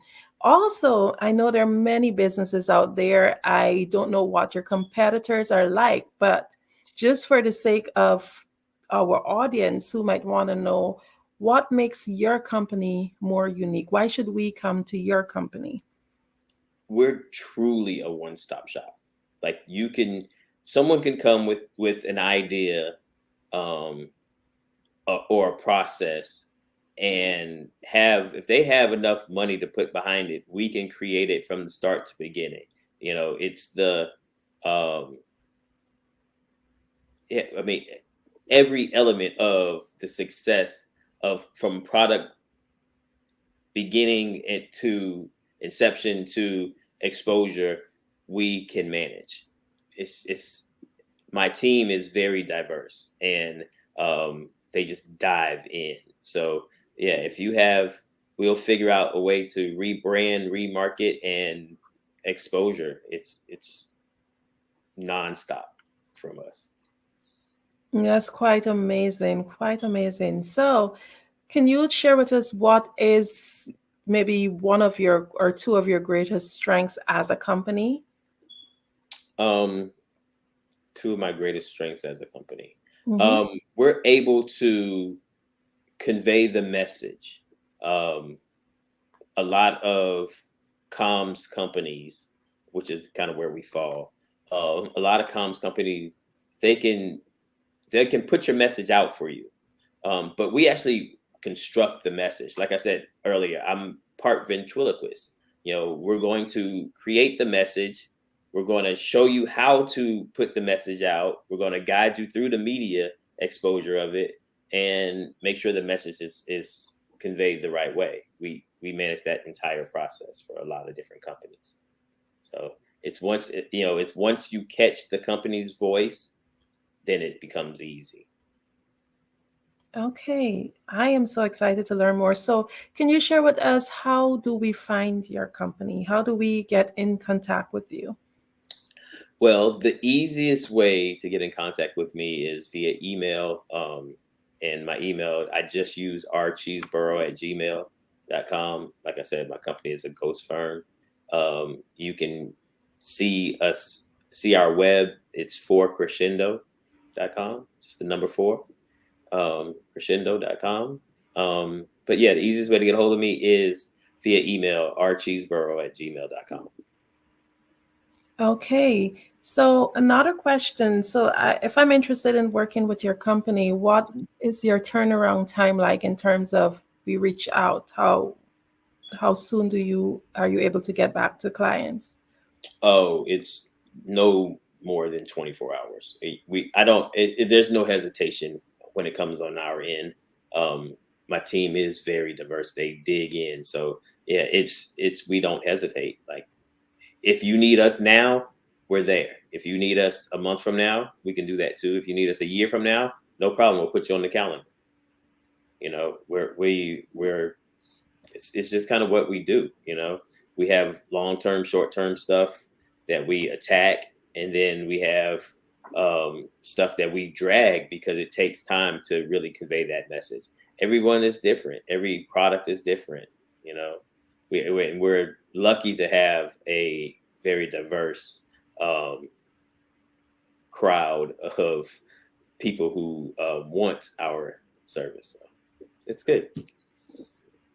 Okay, so just diving in a little bit on the, I kind of say, semi-personal side, what is it like working at your company? What is the work environment like? What is your team like? We're fun. Everything is fun for us. We are about our vices, but in the same space, we enjoy the work that we do. And I think that's the most important piece. It's what would you do, or whatever you're doing to blow time off is what you should do to make money. You know, and like I said, I'm an artist, so I will jump on a computer and just design something just because, just to try to stay sharp, or I see an image somewhere and I want to recreate it. That's kind of what I do, you know, to make sure I stay in tune. But, you know, the rest of my team, yeah, it's fun. You know, when you're enjoying what you do, it's fun. We tell jokes, we laugh. It's consistent, but it's fun. You know, setting up an event and going to Chicago and doing an event, or going to LA and do an event and then come back to Atlanta. It's just, the travel is great. The environment is great. A lot of times we control the environment. It's really good when you have a solid team to help when it comes to crisis management, because, you know, things pop up, things happen, but you just have to be able to quickly come up with a solution and work through it. I'm very much so convinced that you read my mind, because the next question I was going to ask is if you can share with the audience, like, what you believe was one of your most challenging jobs that you had to fulfill. Oh yeah, crisis management stuff.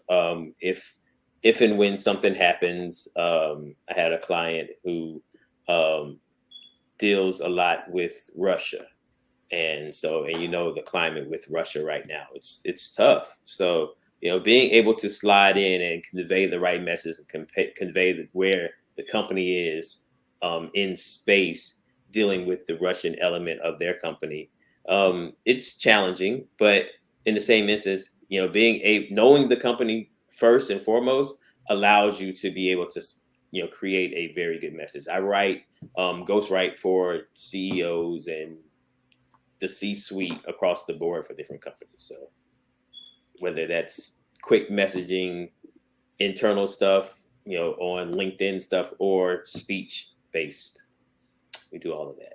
See, that's very important. That's why these questions keep coming, because yet again, another service that I was able to extract from you, ghostwriting. So it's quite amazing what your company is doing. So can you tell us what customer service means to you?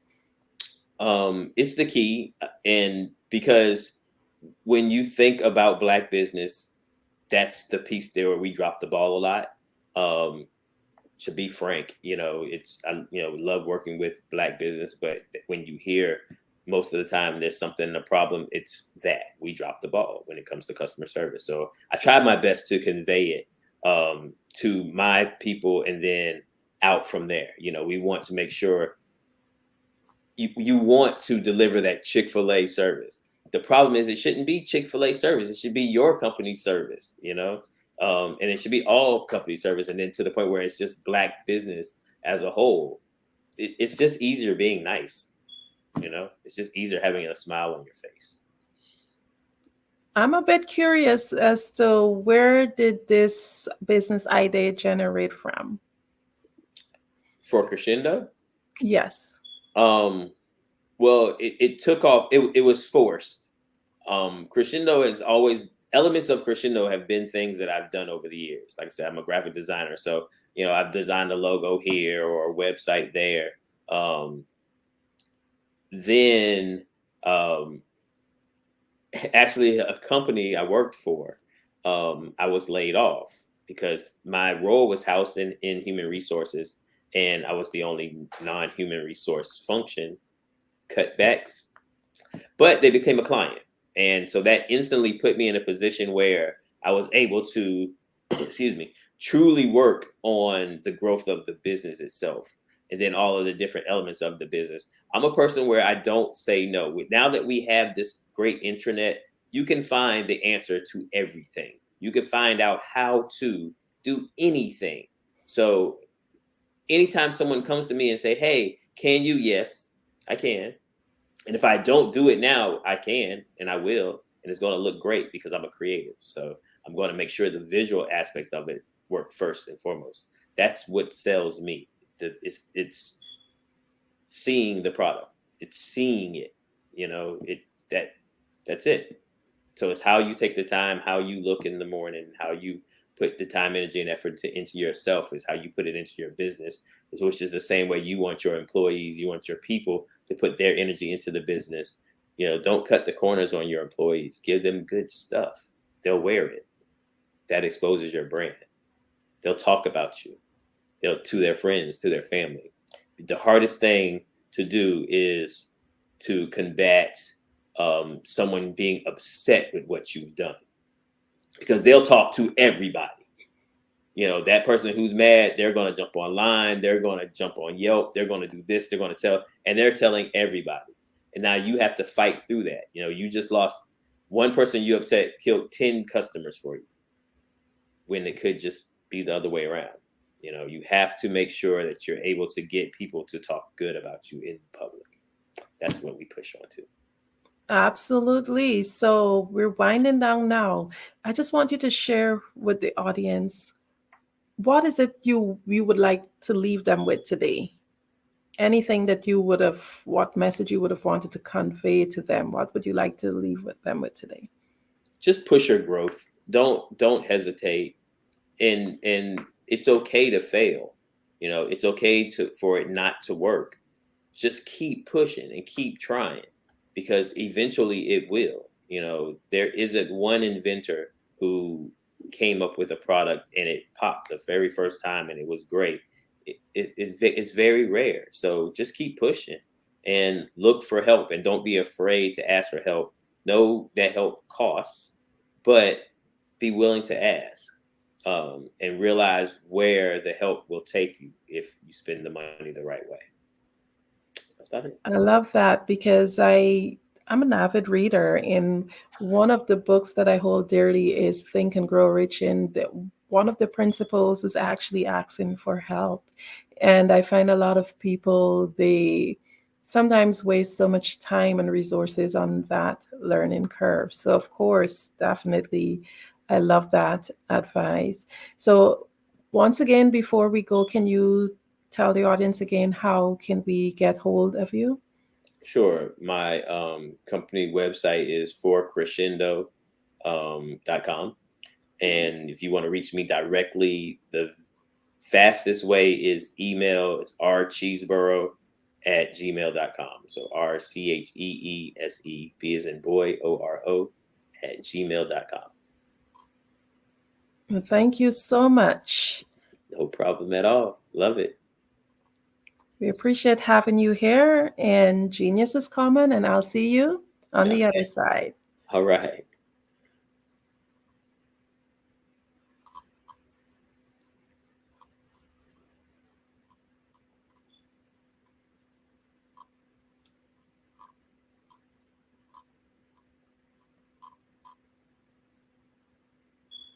The Black Business Expo's mission is to raise funds for high school seniors going to college or K-12 entrepreneurs. This expo is a fundraiser for students. You may go to www.blackbusinessexpousa.com to donate to the scholarship fund, or use the Cash App BBXUSA. Our goal is to give laptops and up to $5,000 to 10 students. Students can register online at www.blackbusinessexpo.usa.com. blackbusinessexpousa.com. Every dollar counts, so we want to remind you to donate to the scholarship fund. We want to thank our Black Business Expo USA sponsors for October 2023. NC 100, First Atlantic Insurance Group, Moody Capital Partners, Suede Soul, 5-Star BDM Media, Hello LLC, Lotus Ridge Coaching and Training, Carolina, Virginia Minority Supplier Development Council, STEP Management, Barbara H. Smith, LLC, Margie McLean Foundation, Inc., Genius is Common, Earth Essentials, Milan Chennai Global, Executive Women's Success Institute, The Quality Coaching Company, Superwoman Business Services, Creative Force Studios, Lee Entertainment, Artistic App Design, Black Business Expo USA. Genius is common, and I'll see you on the other side.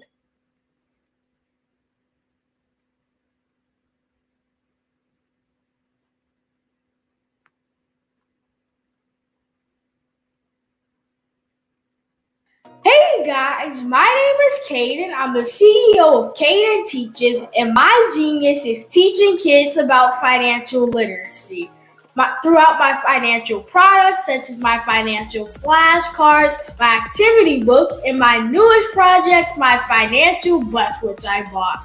And on the bus, it has a mock bank where kids will learn how to deposit and withdraw money, a mock grocery store where kids will be able to learn how to have a family budget, and a mock stock exchange where kids will even be able to learn how to invest in stocks.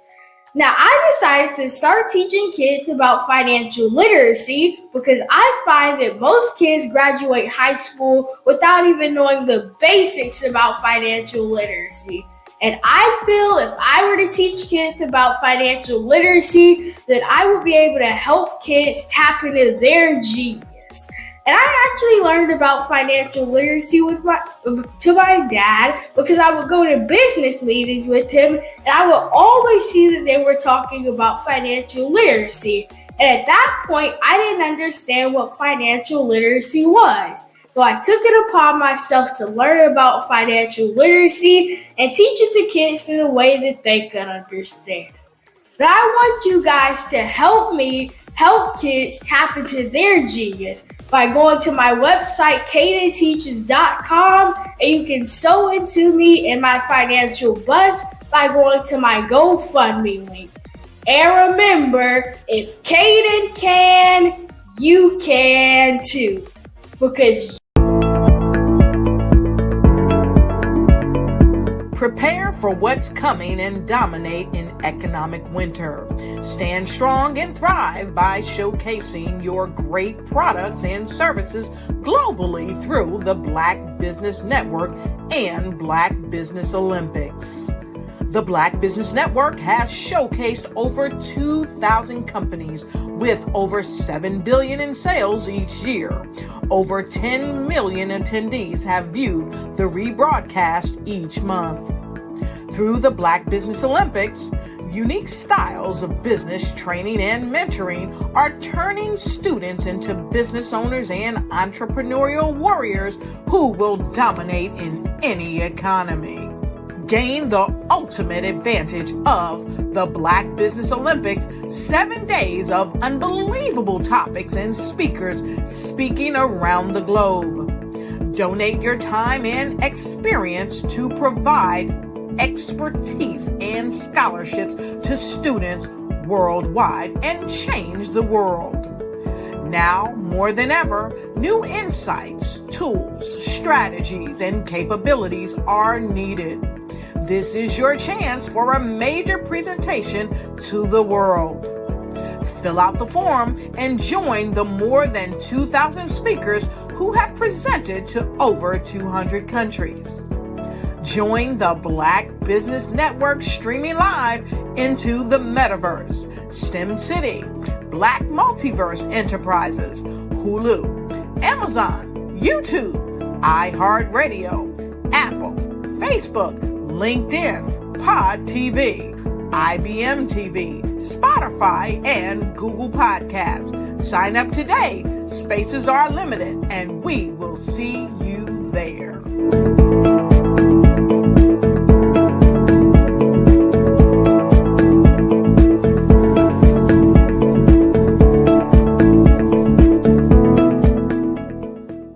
I'd like you to imagine with me, if you will, opening an app where you can collaborate with like-minded individuals from around the world, get inspiration and in-app tools to launch and grow your business, as well as share your knowledge and earn compensation, all in one app.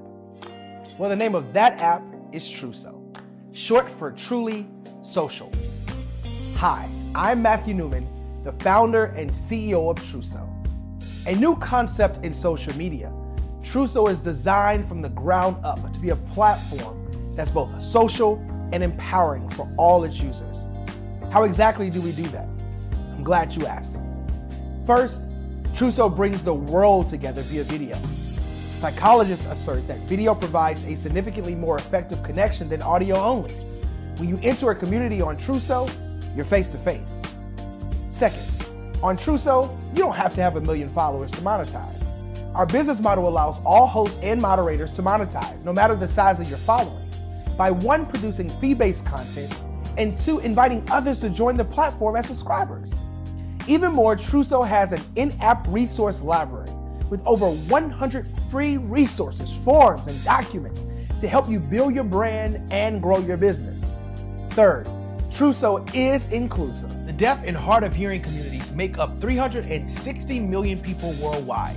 Unlike audio-only apps, Truso embraces this community, providing a networking platform that allows them to participate via video and closed captioning.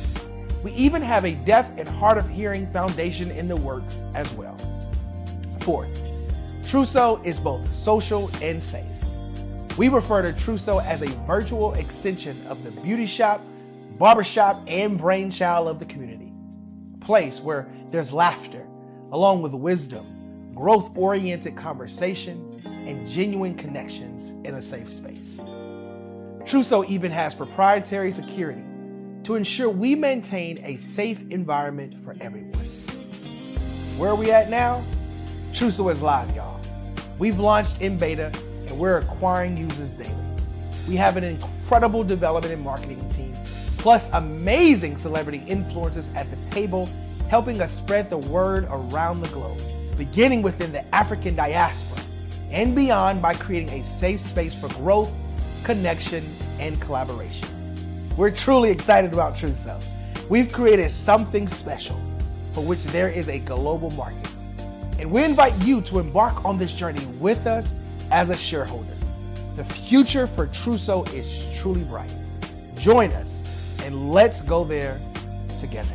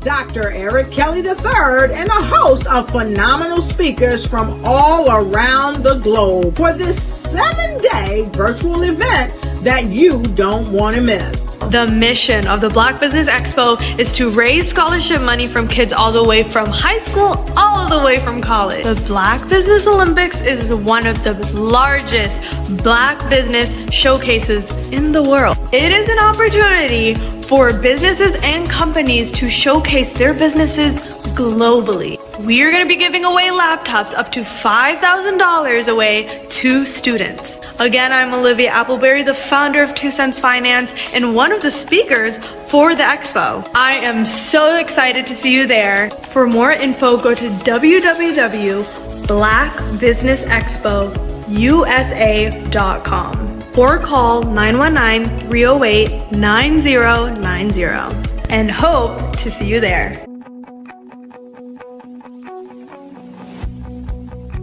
I am Black business. From the moment I wake until the time I sleep. Yes, I am Black business. I am Black business.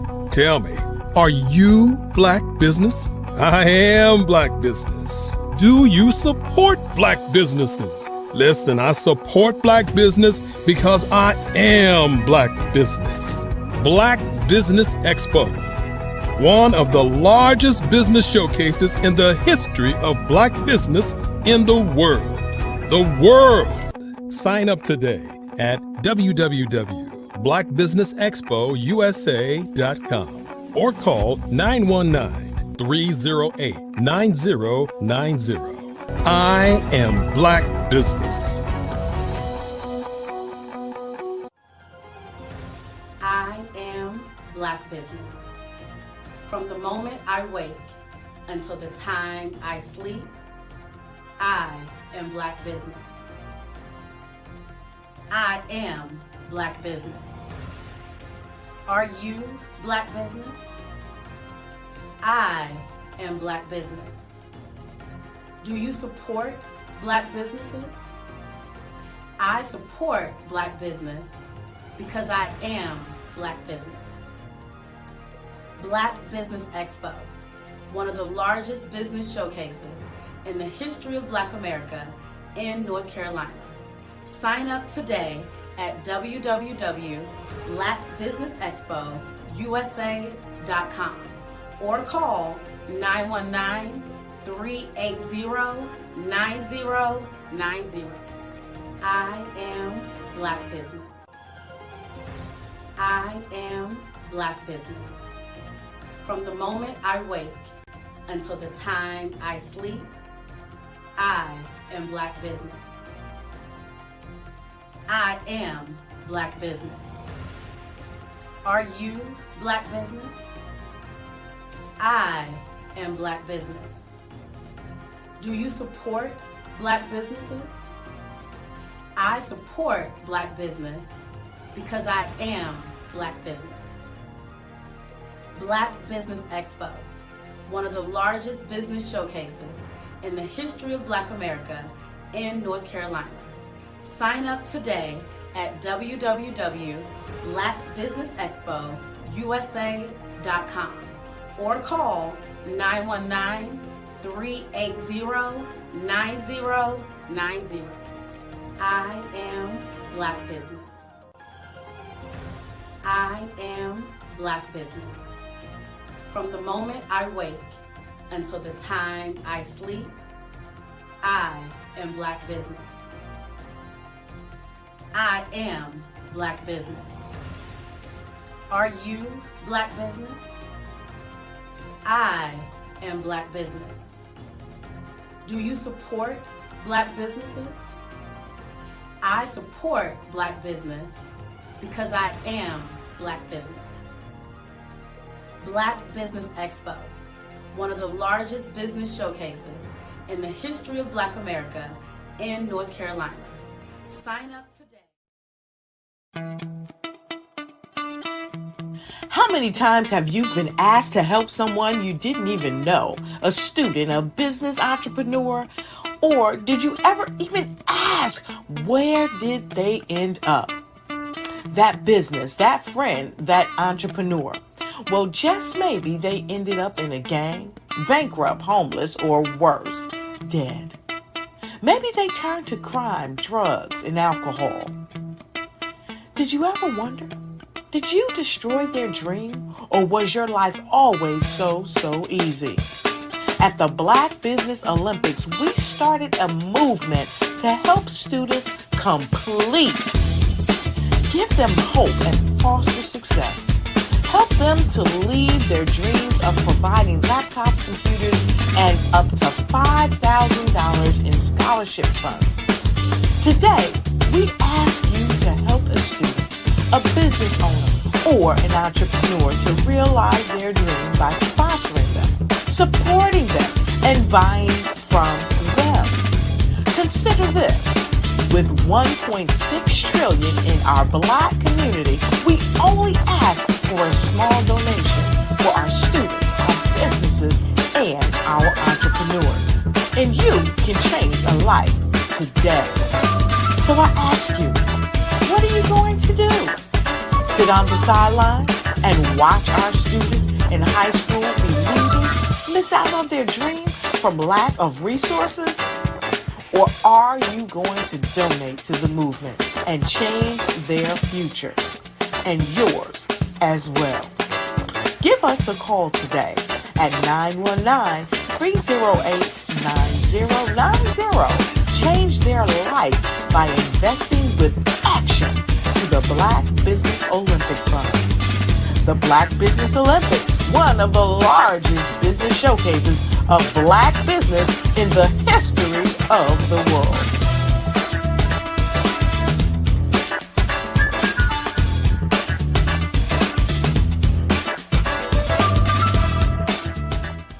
Over the past few years, we've seen the growth of existing and new initiatives focused on financial inclusion, building global networks, and reducing the wealth gap in response to the idea there's not enough seats at the table. Whether their outcomes are to increase the representation of Black executives on corporate boards, ensure an inclusive global economy, or to create new U.S. African commercial pathways, the strategies are often carried out by separate programs. The question is, should they be? With the continent of Africa being home to more than half of the world's fastest growing economies, the youngest workforce, over 400 companies generating more than $1 billion annually, 700 generating more than $500 million annually that are poised for growth, and being the destination of nearly $5 billion in venture capital in 2021. Diversifying U.S. and Africa commercial engagement by building bridges between African businesses and their U.S. diaspora should begin being seen as mutually beneficial. From helping to reduce Africa's enormous capital gap to catalyzing two-way trade opportunities, the COVID-19 global pandemic hopefully has taught us that global challenges and opportunities are more interconnected than we thought. During the pandemic, African companies like Unicorn Flutterwave, insurance provider Reliance Health, ride-hailing app Yasir, and 54Gene, the continent's first bank of DNA on people of African descent, prove that when African companies have access to networks, capital, and information, they grow big, grow fast, and create solutions that are valuable to the world. This is why BDirect was created. We are the first U.S.-based but African-centric board preparedness and board search company designed to connect U.S. Black talent and corporations to African businesses. Unique and fundamental to BDirect's success is our process of helping board candidates adapt their experience and networks to an African context before they're connected to high-growth companies that are looking to locally and globally scale. From our focus groups with African business execs and government leaders, we don't ignore the sentiment that business is easy, but people are hard. Having a pool of board candidates with hard-to-access networks and extensive experience across the business life cycle, including successfully raising capital, is table stakes for an initiative like this. So yes, we have that. But corporate or entrepreneurial success in the U.S. does not guarantee success in Africa. Developed alongside industry partners on the continent, our training program, BDirect Prep, is designed to transpose their experience to create cultural comfort, understanding, and a commitment to helping businesses in Africa scale. Our board governance sessions are African continental and country specific, integrated with cultural awareness and dexterity training, masterclasses led by African industry execs, and mentoring and coaching from African continental-based facilitators. But even more unique to BDirect Prep, we cap off our training program with an immersion trip to help candidates that have not been to Africa before see and feel Africa's complexity and opportunity from African soil. We all know traditional network-based board placement has historically left a lot of us out of ever really being in the paid board pipeline. Our strategy supports the work of many great organizations that are successfully filling seats at U.S. board tables by creating more tables for those that are still left on the sideline. It's time to start seeing the role and value of U.S. Black talent and businesses on the continent of Africa differently. Old perceptions and habits limit economic inclusion. Let's transition Black talent and the African businesses they will support from the periphery of the global economy to its core. Living in a global lockdown, we all know now how fast local and global economies can change, and see the value of having businesses that hire, strengthen local value chains, and even grow globally. Status quo in any form holds back progress. We must democratize U.S.-Africa commercial engagement by socially and economically connecting cultures that have long been disconnected. It's time for Africa's U.S. diaspora to redefine their global value by helping African businesses scale continentally and globally.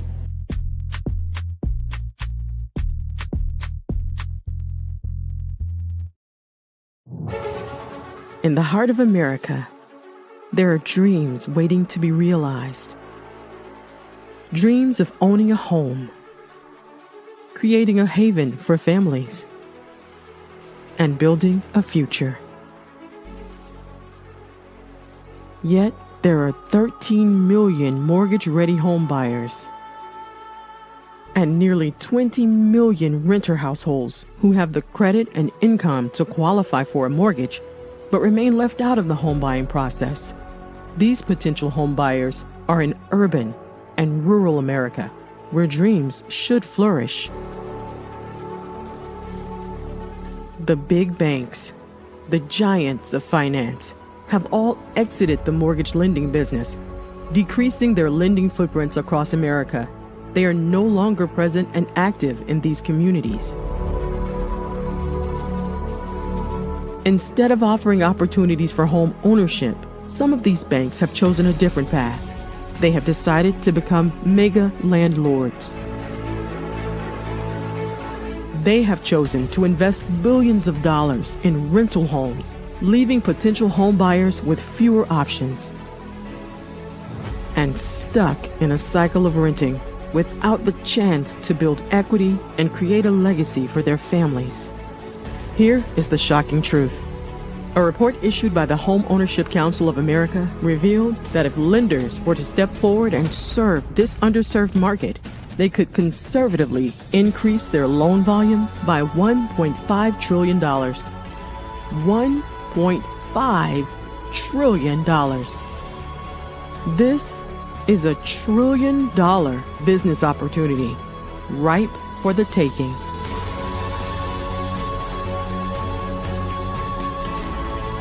That's why I Have a Dream Home is here. We support the American dream of home ownership in urban and rural America. We believe in the power of social consciousness and the impact it can have on people's lives. Investing in urban and rural America is not just good business sense. It's a moral imperative. Our mission is clear. Become the go-to mortgage lender in these communities. Create a pathway to home ownership for all Americans, breaking the cycle of poverty by empowering families to build wealth, stabilizing our communities, and taking pride in our country. I Have a Dream Home. Unlocking dreams, transforming communities, and rewriting the story of American home ownership. For more information, scan the QR code or visit our website at www.ihaveadreamhome.gold.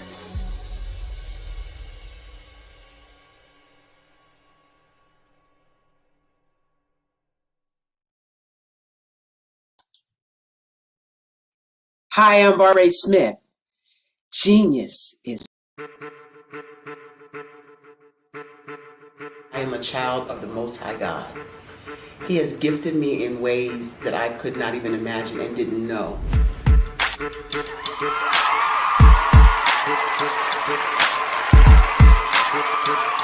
There was a time when I didn't know who I was. I listened to other people tell me who I should be, what I should do. I listened to people telling me that I should be a boutique owner, that I should be a construction manager, that I should be a laborer. Have you ever felt like you should do something else, be something else, go somewhere else, be wherever you wanted to be, and you felt like you were in a box? Anybody in the room? And you couldn't get out? Anybody in the room? and you kept trying to go and go and you couldn't get out. Anybody in the room?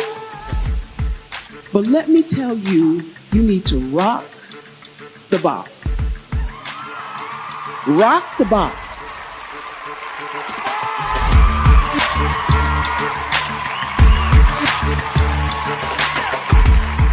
I am engaging, inspiring, and empowering.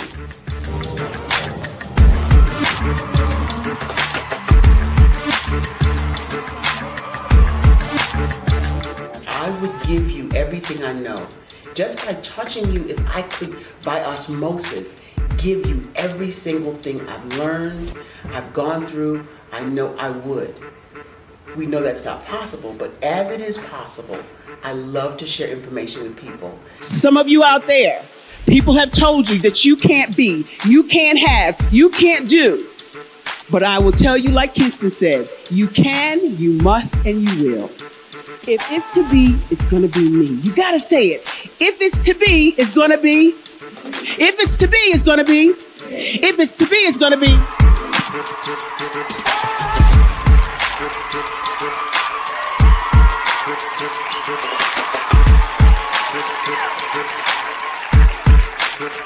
Barbara is because she believed what her mama said about her and not what other people told her. Every day you wake up, when you're in a situation, it's your choice whether it's an advantage or the disadvantage. She gained her confidence and her life, and now she is a testimony. If I can help you elevate yourself, then I feel like I'm elevating my own self as well. What you know and I know together can change the world.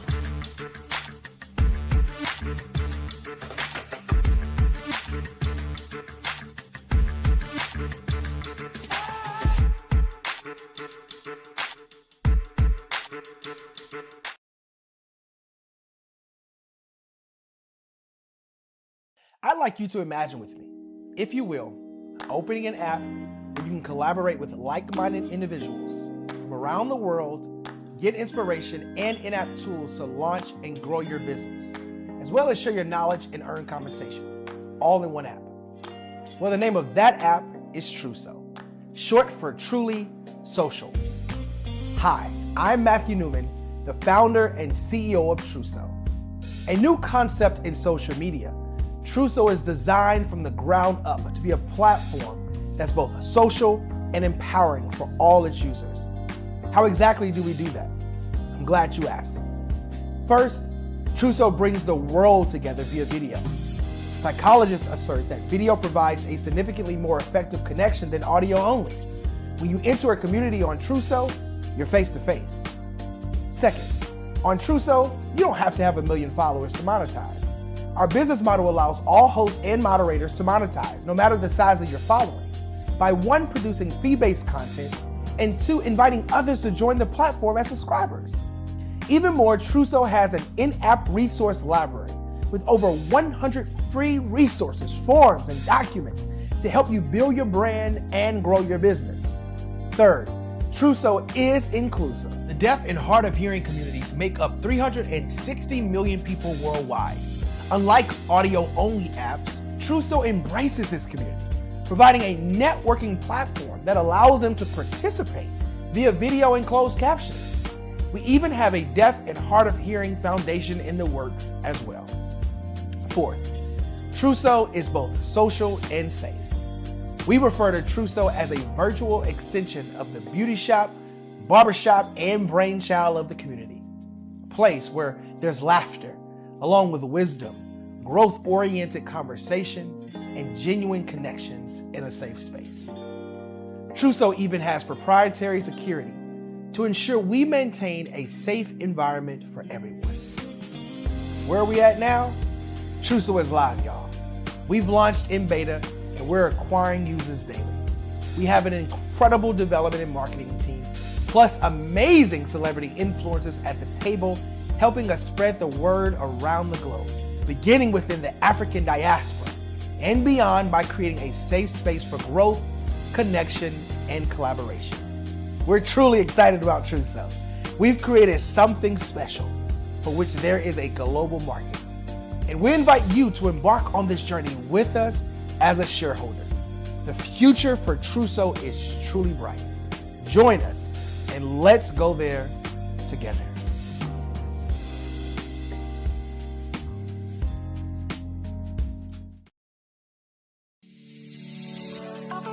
Did you know that our black dollar only lasts for 6 hours in our community? Yet other communities, their dollars last for 19 to 30 days. The Black Wall Street Nation. Black Wall Street Nation. Yes, that's why we created the Black Wall Street Nation. Black Wall Street Nation is a centralized directory available to all black businesses across the world. It was created for businesses like you, the ones that want to start and the ones who have a dream that have already started, such as businesses like Drop in a Bucket Productions, Valito Foods, Sugar Tea Branding Firm, All the Dazzle, Bun Cakeaholic, Miss Riot, and you. We'll have marketing, seminars, and some funding coming soon just for you. So, we want you to come and join us. www.blackwallstreetnation.com. See you there.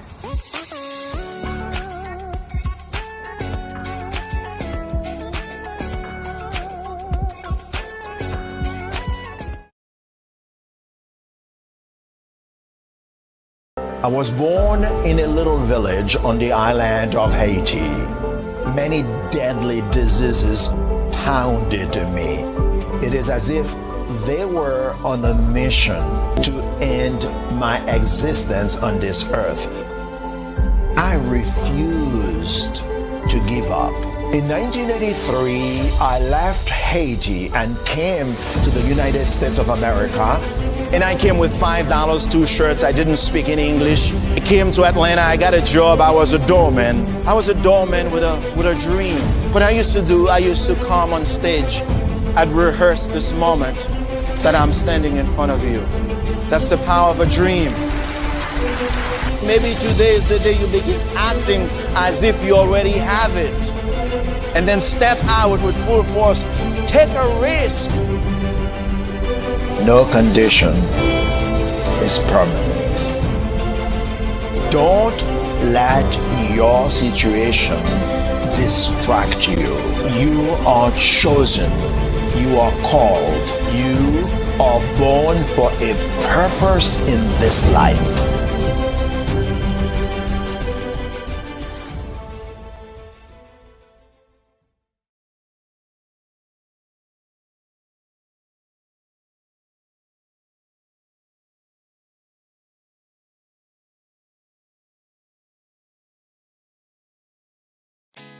Did you know women represent just 3% of Fortune 500 CEOs and less than 15% of corporate executives at top companies worldwide? Have you wondered what the secrets are to getting into the top ranks, whether in the private or public sector? Do you want to figure out how to stop being held back in your career or passed over for promotion? Then you're in the right place. Hi, I'm Dr. Madeline Ann Lewis, President and CEO of the Executive Women's Success Institute. I have decades of experience in the military, the federal government, and corporate America, and my mission is to help women succeed and tap into their full potential. I want to reach 1 million plus women around the world to become the leaders they are meant to be. So if you want to move into a management or executive level position, or maybe you are a female veteran transitioning out of the military into business entrepreneurship, then reach out to the Executive Women's Success Institute at 301-693-3284. Let us get you on the fast track to success.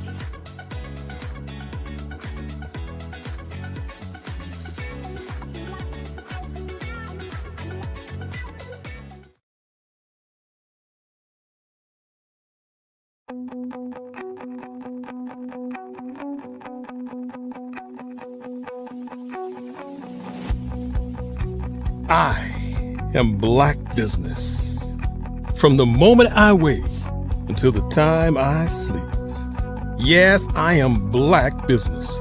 I am Black business. Tell me, are you Black business? I am Black business. Do you support Black businesses? Listen, I support Black business because I am Black business. Black Business Expo, one of the largest business showcases in the history of Black business in the world. The world!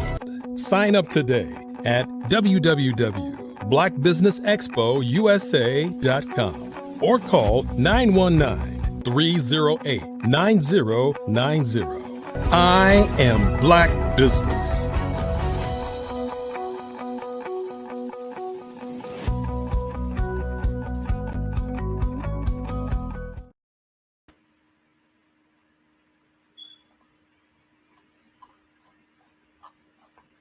Good morning, business owners, entrepreneurs, thought leaders, and corporations. Welcome to the Black Business Network. My name is Andrea Adams, and I am your moderator and speaker for this section of our morning Black Business Network presentation. The Black Business Network is a 24-hour business network showcasing Black businesses, business owners, entrepreneurs, and thought leaders worldwide. We have speakers from North Carolina, London, Singapore, Africa, Japan, and cities all over the United States.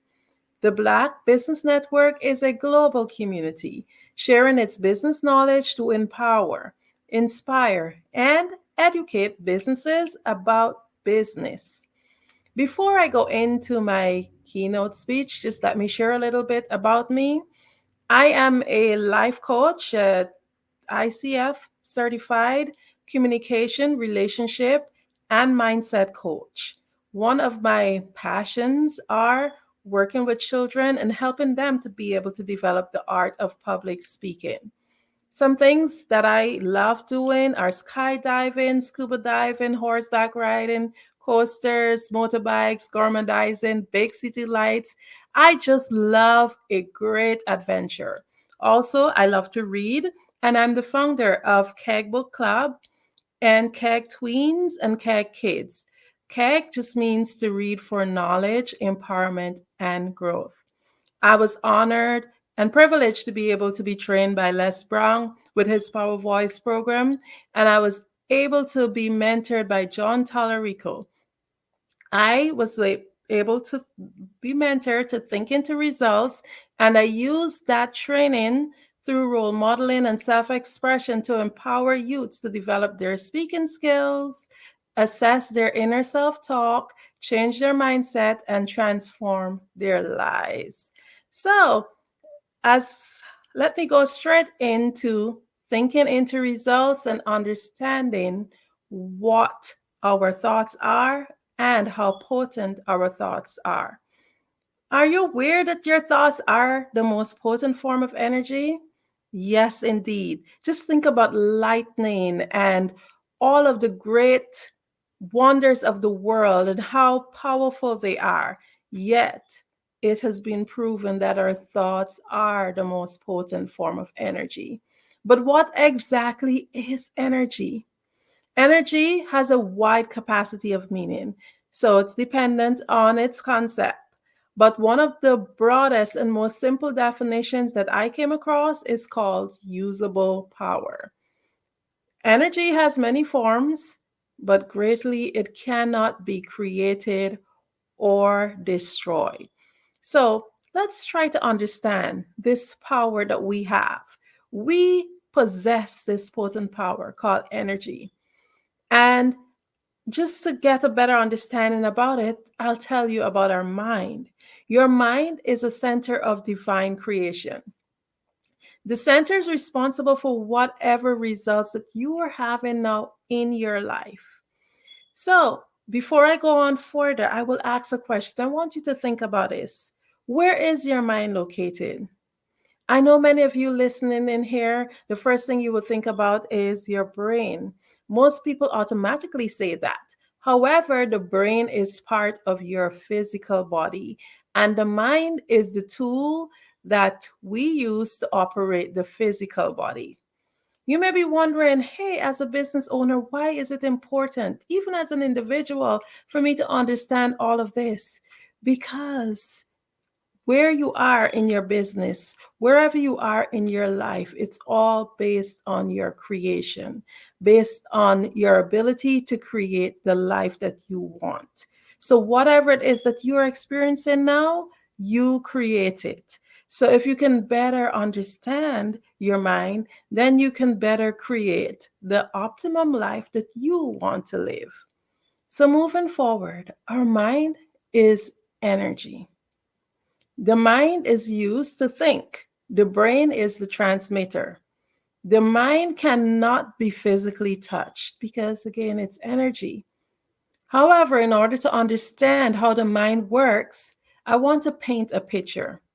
Your mind functions on many levels, but for today, we will just look at two. Just take out a piece of paper and draw a stick person. Make a big circle. We can use that to represent the head. Don't add any details like eyes and nose or whatever. We're just doing basics here. Then we will use the circle, that big circle, to represent the mind. Now draw an even line throughout that circle. I hope you guys are having the picture I'm trying to paint. It should look like a pizza, perfectly divided in two. Label one side as conscious and the other side as subconscious. That will represent your mind. And I will explain that a little bit more. So our body is the instrument. So our mind thinks and creates, and our body is the instrument that allows that to happen, whatever it is that we conceive. So the conscious mind is the thinking mind. Back to that figure, which is divided into conscious and subconscious. The conscious mind being the thinking mind, the educated mind, while the subconscious mind is the emotional mind. The conscious mind receives information from the outside world through its 5 sensory factors. I'm sure you guessed it: sight, sound, smell, taste, and touch. Unfortunately, most people only live through these senses, and we are much more than these senses. These are just an addition to the greatness that we are. The subconscious mind only does what is impressed upon it. It does not question anything. The subconscious mind creates whatever picture is painted. Just think about the stuff that you would have gained in life, all your achievements. At one point, everything happens twice. At one point, you would have had a picture of what you wanted, and then you would have created it. The conscious mind is where we gather the information, but it's not the part that controls the body. The conscious mind thinks, and the subconscious mind executes whatever is impressed upon it, and it expresses itself through the body. I know it's a lot, so just let's do a little recap, because that's a lot of information to just pour into your mind, especially if you're hearing this concept for the first time. So energy is usable power, and your thoughts are the most potent form of energy. Repeat that. My thoughts are the most potent form of energy. I want you to let that sink in and sit on your heart, because if you understand the power you hold by just thinking positively, thinking of what you want, assuming the feeling of the wish fulfilled, then you will understand that you are limitless potential. We need to understand that our mind has to be in the right place for us to be able to function and be successful, to gain whatever business it is that we want to achieve, whatever business that you want to form. You have to, first of all, be there in the right place in your mind. Your mind is a center of divine creation. And I could have said that it is the center of divine creation, but the is definitive. And there's not one center. Each and every one of you who are all listening, you are limitless potential with a center of divine creation. So again, remember that your mind is divided into conscious and subconscious. So you would have heard me mention earlier, okay, I was trained by John Tallarico through Bob Proctor program to think into results. But how do you think into results? It's pretty simple. Whatever it is you want to achieve, begin with the end in mind. So in order to understand how to master this, our thoughts, you must first understand the process. You must first conceptualize the idea that your mind is a center of divine creation. Each and every one of you have your own headquarters. Each and every one of you are a CEO of your own headquarters. You are the boss in your own divine operation.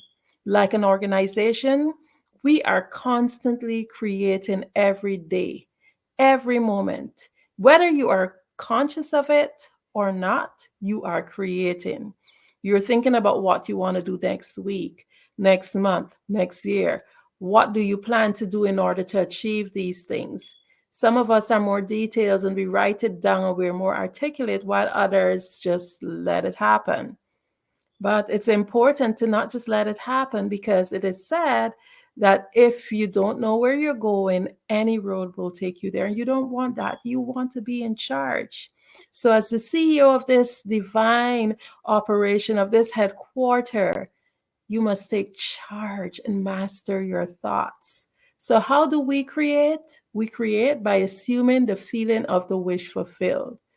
Everything around us was once an idea. It was once conceived in our imagination.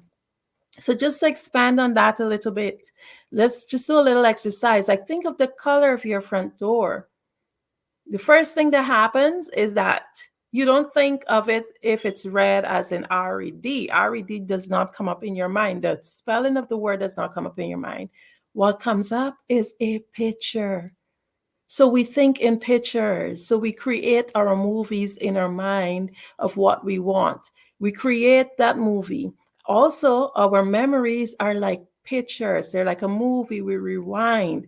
And it could get a little bit more complicated, because like if I asked you what was the last dish you washed, you might not necessarily remember. You might recall, rewind your movie, but because we remember things which have more of an emotional attachment to, we might remember something that someone did to hurt us more than we might remember what is the last dish. So that's why, which was the last dish that you washed? So that's why it's important that whatever it is you're trying to create, you assume that feeling and you create emotion. You put emotion into it. And once you assume that feeling, then is when your subconscious mind will help you to create. It uses the body. Now, these exercises that I just spoke about to demonstrate how our mind think. We basically think in pictures, as I said. So we must begin with the end in mind. Now, if you're purchasing a house, you're not going to go, first of all, you're going to visualize it. You're going to want to think about what color your house is going to be, how many rooms. You probably contact the bank to see if you qualify for whatever amount, but you visualize and you have an idea. So it's important that whatever it is, it might not be a house, but whatever it is that you want that job. You think of yourself as having that job first, and then you assume that feeling of that wish fulfilled, because the more excited you are about it, the more you are likely to go after it and actually achieve what is it that you're trying to achieve. You have to put emotion into it, and then you have to plan. So it's like a movie. You think about it and it happens twice. You think about the end and then you create it. I know it sounds really easy. Oh, I just think about it and it happens. But we know that it's not that easy. Every day we create naturally. The outside world is actually a reflection. Whatever it is that you're living right now is actually a reflection of what takes place in your mind. Oftentimes we dream big and we cannot seem to get the results. Because you might say, well, I am passionate about this, but still I can't get the results, or I started and I cannot complete whatever project it is. Am I not passionate enough about it? Sometimes we take courses, we acquire all the degrees and the accolades, but we just can't seem to get the desired results. Whether it's financially, whether it's career, relationships, whatever it is, it's all because of how we think. So what that is basically called is just knowing how to close the knowing doing gap. Because a lot of times, not always, we actually know what to do, but we don't do it. So that's the difference. And why don't we do it? Sometimes we don't know what to do. And that's also another reason why sometimes we cannot fulfill or complete stuff, because we don't know what to do. I'm an avid reader, and I always refer back to Think and Grow Rich, where it says one of the principles is like, if you do not know what to do, you seek professional help. A lot of us, we want to skimp and cut corners, and we end up losing more. So if you don't know what to do, find somebody who's done it, a mentor.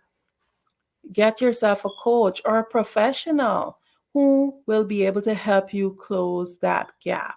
So if your issue is not knowing, then you have no excuse. There's somebody out there who have done it, because there's nothing new under the sun.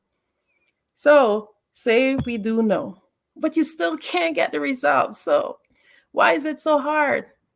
In order to get the results we need to get to the core issue. What is stopping us? When you really look back at it, most times it's self-doubt. It's indecision. It's poor self-image, paradigms and terror barriers, all these things that sabotages us.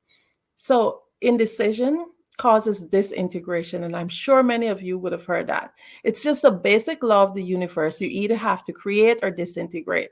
There's no other way. And that's why I love the laws of the universe, because it does not matter what gender or race, it just follows for everyone. It's like principles, it's a law. You can either create or disintegrate. So if you're not being decisive, that means that you're disintegrating. We just need to get mad sometimes and just do it. Many times, self-doubt is our major saboteur. It's like we know how to do it, but we are afraid. We just can't make that decision. We just don't do it. Nike, just do it.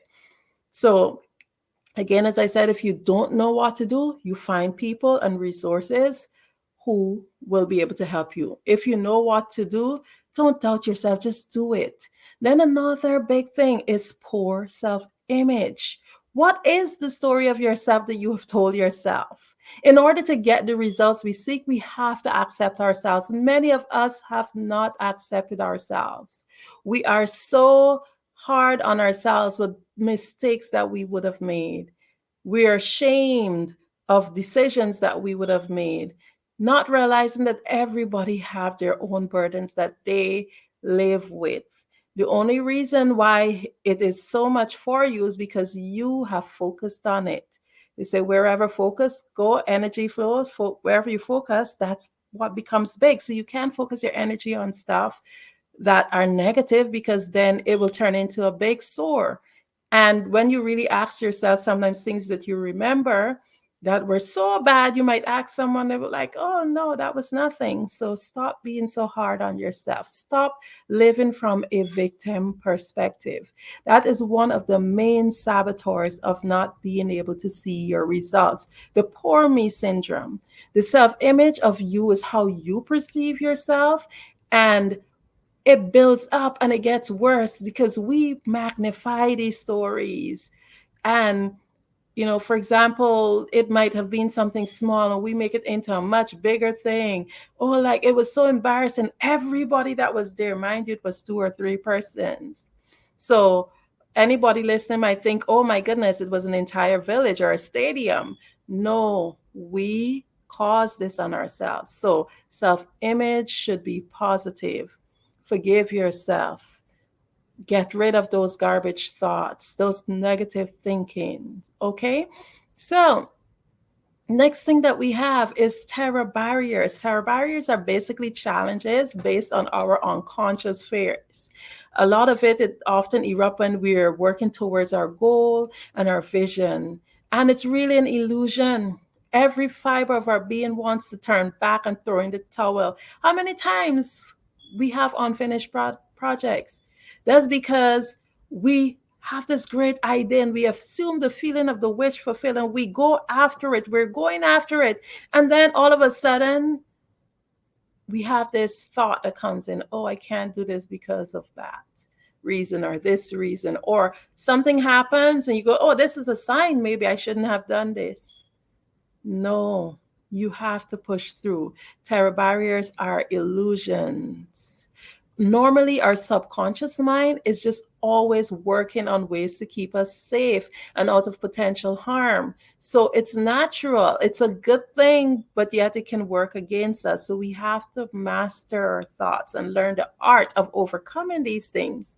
Do not allow old conditioning and beliefs to stop you from performing new acts in an efficient and effective manner.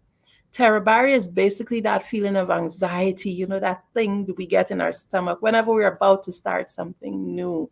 So just get over it. So I've spoken about the paradigms and the terror barriers and self-doubt and indecision. These are all things that keep us from being able to achieve that which we want to achieve. It's the thing that stops us from getting to the next level. So my question to you is, now that you know what the issues are, you understand that you are in charge of your future. You are responsible for whatever reality that you have now. And you understand that these paradigms and terror barriers, they're all illusions. They're all just there to stop you from getting to that next level. You understand the problem.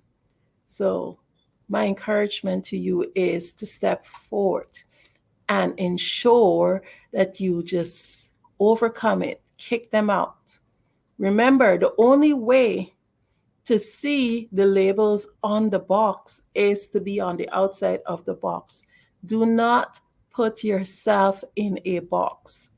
Understand that you are limitless potential. Do you understand what that means? Sometimes we find ourselves saying, oh, he or she will not amount to more, or I cannot amount to more. There's nobody under the sun that knows what you can amount to. You yourself do not know what somebody can amount to.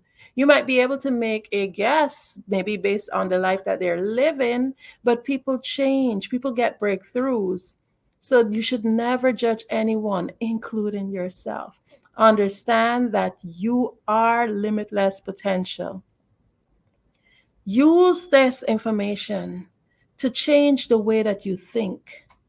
And then you will find that you will receive the results that you want. Because there's nothing that you can conceive or believe that you cannot achieve. My name, again, is Andrea Adams. I am a communication, mindset, and relationship coach. I'm the founder of Adornomy LLC, Global Kids Speak, Ramos LLC. And if you would love to work with me in terms of coaching, I am a certified international certified coach, accredited coach. And if you want to learn a little bit more about breaking paradigms and improving your mindset, and you would love to work with me, you can just check my link on Linktree, Adornomy. And if you have any questions, just feel free to reach out and make an appointment. Thank you so much. And it was indeed an honor to be able to share this with you on the Black Business Network this morning, my apology. The Black Business Expo's mission is to raise funds for high school seniors going to college or K-12 entrepreneurs. This expo is a fundraiser for students. You may go to www.blackbusinessexpousa.com to donate to the scholarship fund or use the Cash App BBXUSA. Our goal is to give laptops and up to $5,000 to 10 students. Students can register online at www.blackbusinessexpousa.com. Every dollar counts, so we want to remind you to donate to the scholarship fund. We want to thank our Black Business Expo USA sponsors for October 2023. NC100, First Atlantic Insurance Group, Moody Capital Partners, Suede Soul, 5-Star BDM Media, Hello LLC, Lotus Rich Coaching and Training, Carolina, Virginia Minority Supplier Development Council, Step Management, Barbara H. Smith LLC, Margie McLean Foundation Inc., Genius is Common, Earth Essential, Melange Nye Global, Executive Women Success Institute, The Quality Coaching Company, Superwoman Business Services, Creative Force Studios, Lee Entertainment, Artistic App Design, Black Business Expo USA. Genius is common, and I'll see you on the other side.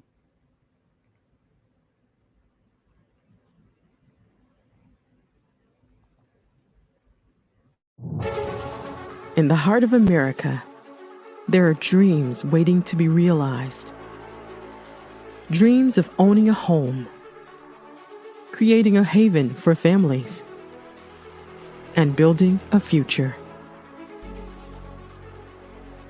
Yet, there are 13 million mortgage-ready home buyers and nearly 20 million renter households who have the credit and income to qualify for a mortgage but remain left out of the home buying process. These potential home buyers are in urban and rural America, where dreams should flourish. The big banks, the giants of finance, have all exited the mortgage lending business, decreasing their lending footprints across America. They are no longer present and active in these communities. Instead of offering opportunities for home ownership, some of these banks have chosen a different path. They have decided to become mega landlords. They have chosen to invest billions of dollars in rental homes, leaving potential home buyers with fewer options and stuck in a cycle of renting without the chance to build equity and create a legacy for their families. Here is the shocking truth. A report issued by the Home Ownership Council of America revealed that if lenders were to step forward and serve this underserved market, they could conservatively increase their loan volume by $1.5 trillion. $1.5 trillion. This is $1 trillion business opportunity, ripe for the taking.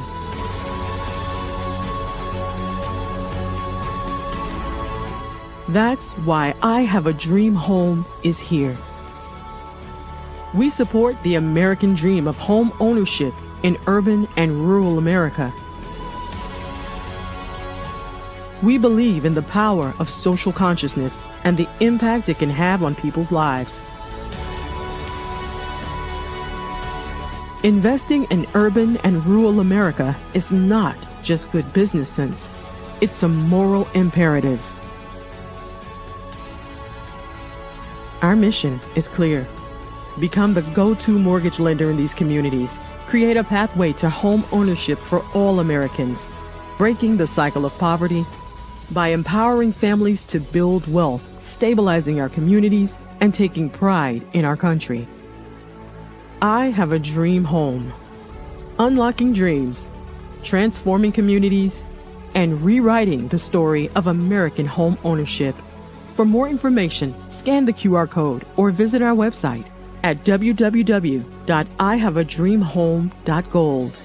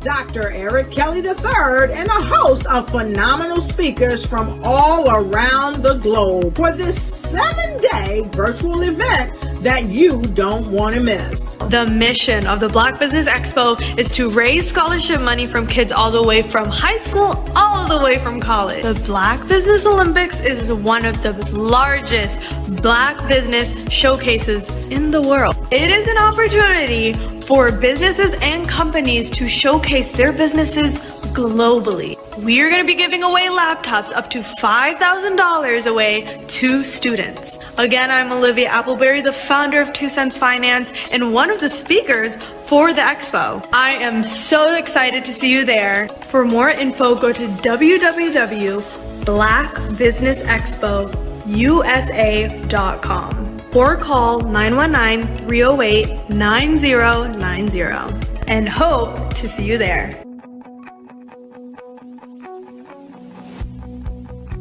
I am Black business. From the moment I wake until the time I sleep. Yes, I am Black business. I am Black business. Tell me, are you Black business? I am Black business. Do you support Black businesses? Listen, I support Black business because I am Black business. Black Business Expo, one of the largest business showcases in the history of Black business in the world. The world! Sign up today at www.blackbusinessexpousa.com or call 919-308-9090. I am Black business. I am Black business. From the moment I wake until the time I sleep, I am Black business. I am Black business. Are you Black business?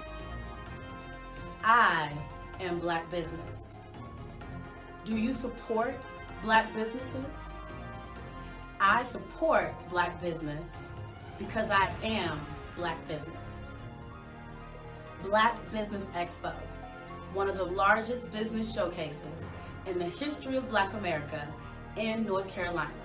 Sign up today at www.blackbusinessexpousa.com or call 919-380-9090. I am Black business. I am Black business. From the moment I wake until the time I sleep, I am Black business. I am Black business. Are you Black business? I am Black business. Do you support Black businesses? I support Black business because I am Black business. Black Business Expo, one of the largest business showcases in the history of Black America in North Carolina. Sign up today at www.blackbusinessexpousa.com or call 919-380-9090. I am Black Business. I am Black Business. From the moment I wake until the time I sleep, I am Black Business. I am Black Business. Are you Black Business? I am Black Business. Do you support Black businesses? I support Black business because I am Black Business. Black Business Expo, one of the largest business showcases in the history of Black America in North Carolina. Sign up today at www.blackbusinessexpousa.com or call 919-380-9090. I am Black Business. I am Black Business.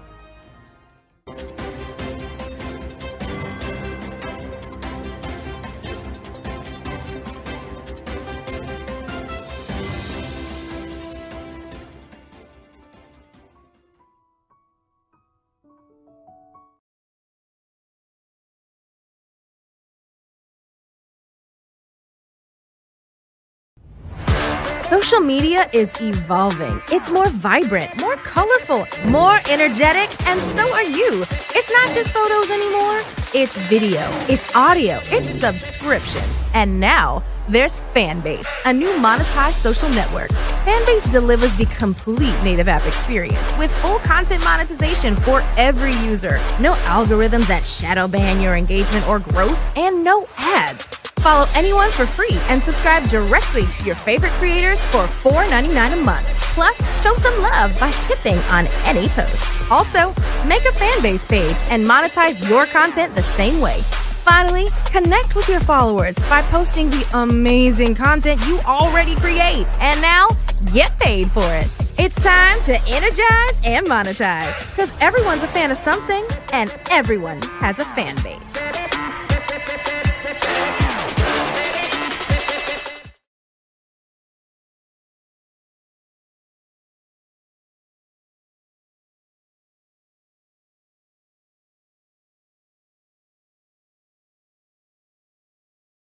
Hello, I am Dr. Eric Kelly III, the visionary strategist and founder of the Black Business Olympics.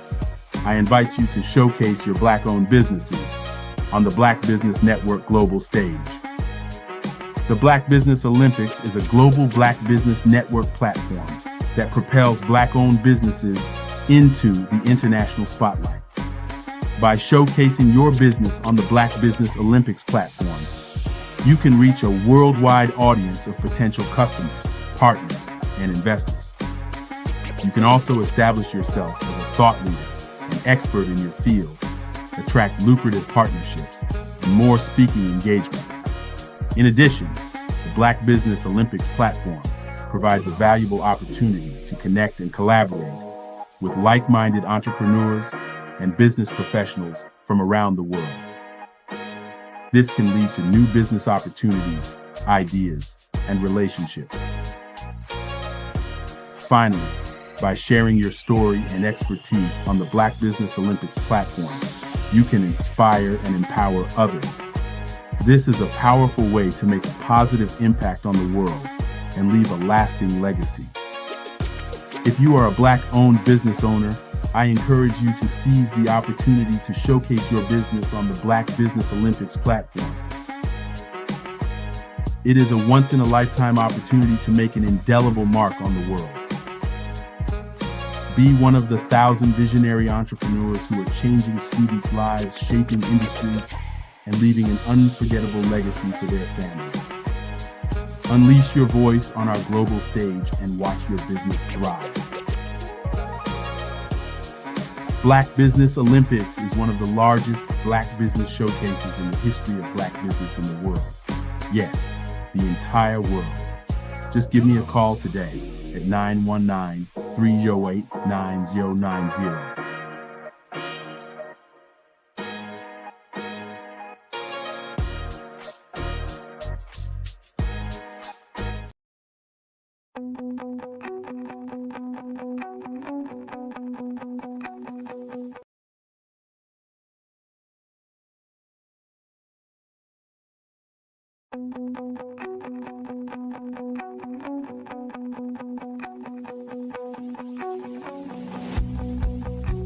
I am black business. From the moment I wake until the time I sleep. Yes, I am black business. I am black business. Tell me, are you black business? I am black business. Do you support black businesses? Listen, I support black business because I am black business. Black Business Expo, one of the largest business showcases in the history of black business in the world. The world! Sign up today at www.blackbusinessexpousa.com or call 919-308-9090. I am black business.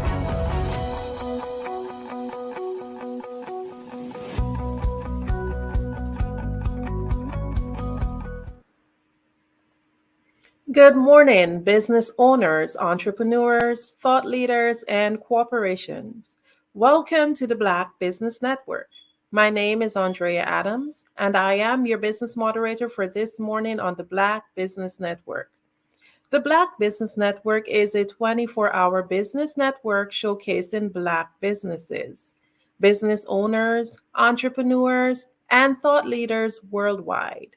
We have speakers from North Carolina, London, Singapore, Africa, Japan, and cities all over the United States.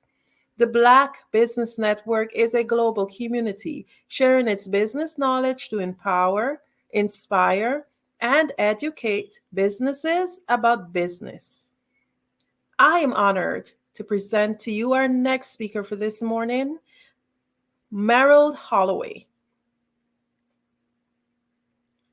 Currently residing in Raleigh, North Carolina, is an enthusiastic, resolute advocate for economic empowerment and social justice within several North Carolina community and business sectors. He is both the founder and the executive director of NC100, nonprofit focused on mapping and identifying opportunities for collaboration and change in Rockingham County. Also serving as a program manager with the Rural Forward North Carolina program housed inside of MDC Inc., shaping a South where all people thrive. Through the Rural Forward NC work, Merrill serves as part of the capacity building arm for the Healthy Places North Carolina initiative for the Kate B. Reynolds Charitable Trust. The work that motivates him is faithfulness to a mission to amplify local voice, create spaces where decision-maker solutions are most inclusive of local experience, and build stronger networks for local leaders. I happily present to you Merrill Holloway. Thank you for that wonderful introduction, Andrea. You're quite welcome. Genius is common, and I'll see you on the other side. Absolutely. Well, I appreciate the opportunity to be here today. I have been a big fan of the Black Business Expo and some of the work that Eric has done, and all the folks and the sponsors and folks that have joined this work, and really proud of it. As the introduction said, my name is Merrill Holloway, and I have a lot of identities. I want to give you a little bit of feedback or thoughts about who I am before I kind of go into the presentation. And I'm looking kind of in the direction of my screen. So hopefully it doesn't throw people off. I'm going to try to make sure I stay in the middle a little bit here. But let me talk a little bit more about myself really quickly. I am in the Triangle community. I went to school here in the the Triangle area. I do work in Rockingham County, as you heard, that have the nonprofit NC 100. But I've been a resident of the Durham-Raleigh area most of my adult life. Also, that connected to that work, you heard about me doing some work in Durham and MDC. I'm also a powerful advocate for employee-owned businesses. These are businesses where people set up a cooperative or a type of employee trust, or a larger business sets up what's called an employee stock option program. And I'm the chair of that organization. And we do work centered in Durham and Raleigh, but it is really meant for the entire state to find ways, especially for Black businesses, legacy-owned Black businesses that the owner, their children moved away, or they haven't figured out a way to sustain the business and they're ready to exit. We support a lot of that information for people to be able to transition that ownership into their employees. So that just gives you a little bit of frame of why I'm having this conversation and joining you today. So the title of many presentations that I do, even though I am a nonprofit professional, the word nonprofit sometimes keeps people from entering into the space and realizing that a nonprofit is still a business. It still, has revenue to manage and infrastructure and people to market to. It's just that you are mission driven, in addition to wanting to have profits, and those profits that sustain your nonprofit, through tax code. You still need those profits to thrive, to pay your people, to have a living wage, and all those things. I've had a wonderful opportunity to kind of support nonprofit and social enterprise work across the state. And there is this tension that these business owners that are, community driven, community led, are thinking through. It's one direction is taking them to, I want to build capacity for the future because I want to continue to do this work. But the reason that I got into this work is not because necessarily I wanted to make a profit and sell something to people. I wanted to address immediate needs. And typically those organizations look for grants. Or they look for donations, or they're looking for people to support them, and they don't have a fee-for-service revenue model with some type of service that they provide that is of value to like larger organizations. So you see these organizations, sometimes they'll start and then burn out because maybe they got a couple donations for a couple years, and 2 years later they weren't as successful, or the grant partner that they were working with decided not to support them. So a lot of the work that we do, especially with NC 100 in Rockingham County and across the state, is to talk to people about figuring out different models. Now, I want to make sure that folks understand there are some misconceptions or some things that people do when they want to go into the nonprofit space, social enterprise space. I'll try to say those interchangeably. They go, typically to set up a nonprofit. You go to the same place that you go to set up an LLC or an S Corp. You go to the Secretary of State here in North Carolina, and if you're looking and joining us from another state, you typically would go to your Secretary of State because, again, you're setting up a business. And a lot of times there are two steps that folks have to be thinking about. One is, yes, set up the business and say, I want to do this nonprofit work, and here's the mission and all those good things. There's usually a low bar to be able to get into that, to get the money to set that up. It could be anywhere from $60 to $100 just to set that up. And then people stop. They're like, state of North Carolina says I'm a nonprofit, I'm good to go. Let me go get a grant. You go work with somebody or a philanthropist that really wants to hear your story. And then when it's time to get the grant, they'll ask you that question. Yeah, you're a nonprofit, but are you a 501c3? Do you have tax exempt status? Have you gone to the IRS and explained that your not-for-profit business should be able to make money, obviously, so you can, pay your bills and stuff, but to be eligible for grants, you need to have a tax exempt status for a lot of these foundations. Now, I'm not going to go through all the 501c stuff, the IRS tax code. You can go to IRS .gov and look those things up. But typically people set up nonprofits as charitable organizations, and those are termed 501c3s. And they have very specific things you can do and some things that you can't do. Some folks set up a nonprofit private foundation because they've got a chunk of money and they want to get the money out. That is still a 501c3, but a private foundation versus a public charity. Sometimes people are doing that paperwork on their own, and they click the wrong button and set up a private foundation because they've heard people say the such and such foundation, or your favorite athlete, or somebody that you really admire has a foundation. And so you think setting up a foundation is the right way to go. And if you are a public charity that wants to be able to take in grant funds, that private foundation status is not going to help you. It actually will take you several years to get out of. So make sure if you are starting a not-for-profit social enterprise entity that you are making sure, if you're working with someone, that they are setting you up as a public charity if you want to be able to get money out and to be able to receive money. There are other classifications that I won't go into, but just make sure you know what's going on. Popular things that we hear from funders, if you are working with folks in philanthropy, at foundations or at the corporate level, you hear a few things. Your social enterprise nonprofit needs to have a program that drives your mission. We need to know what your programs are. You need funding to support those programs. You need networks to support the funding and the programs. And then your leadership has to understand and support all those things above. So foundations, folks that are, trying to make sure that those funds are getting out to the most people. They want to see that you have clearly articulated programs. They want to see that you have sustainable funding, all the while you're asking them for money. And then they want to kind of know what your networks are. So those are some of the things to kind of be thinking about.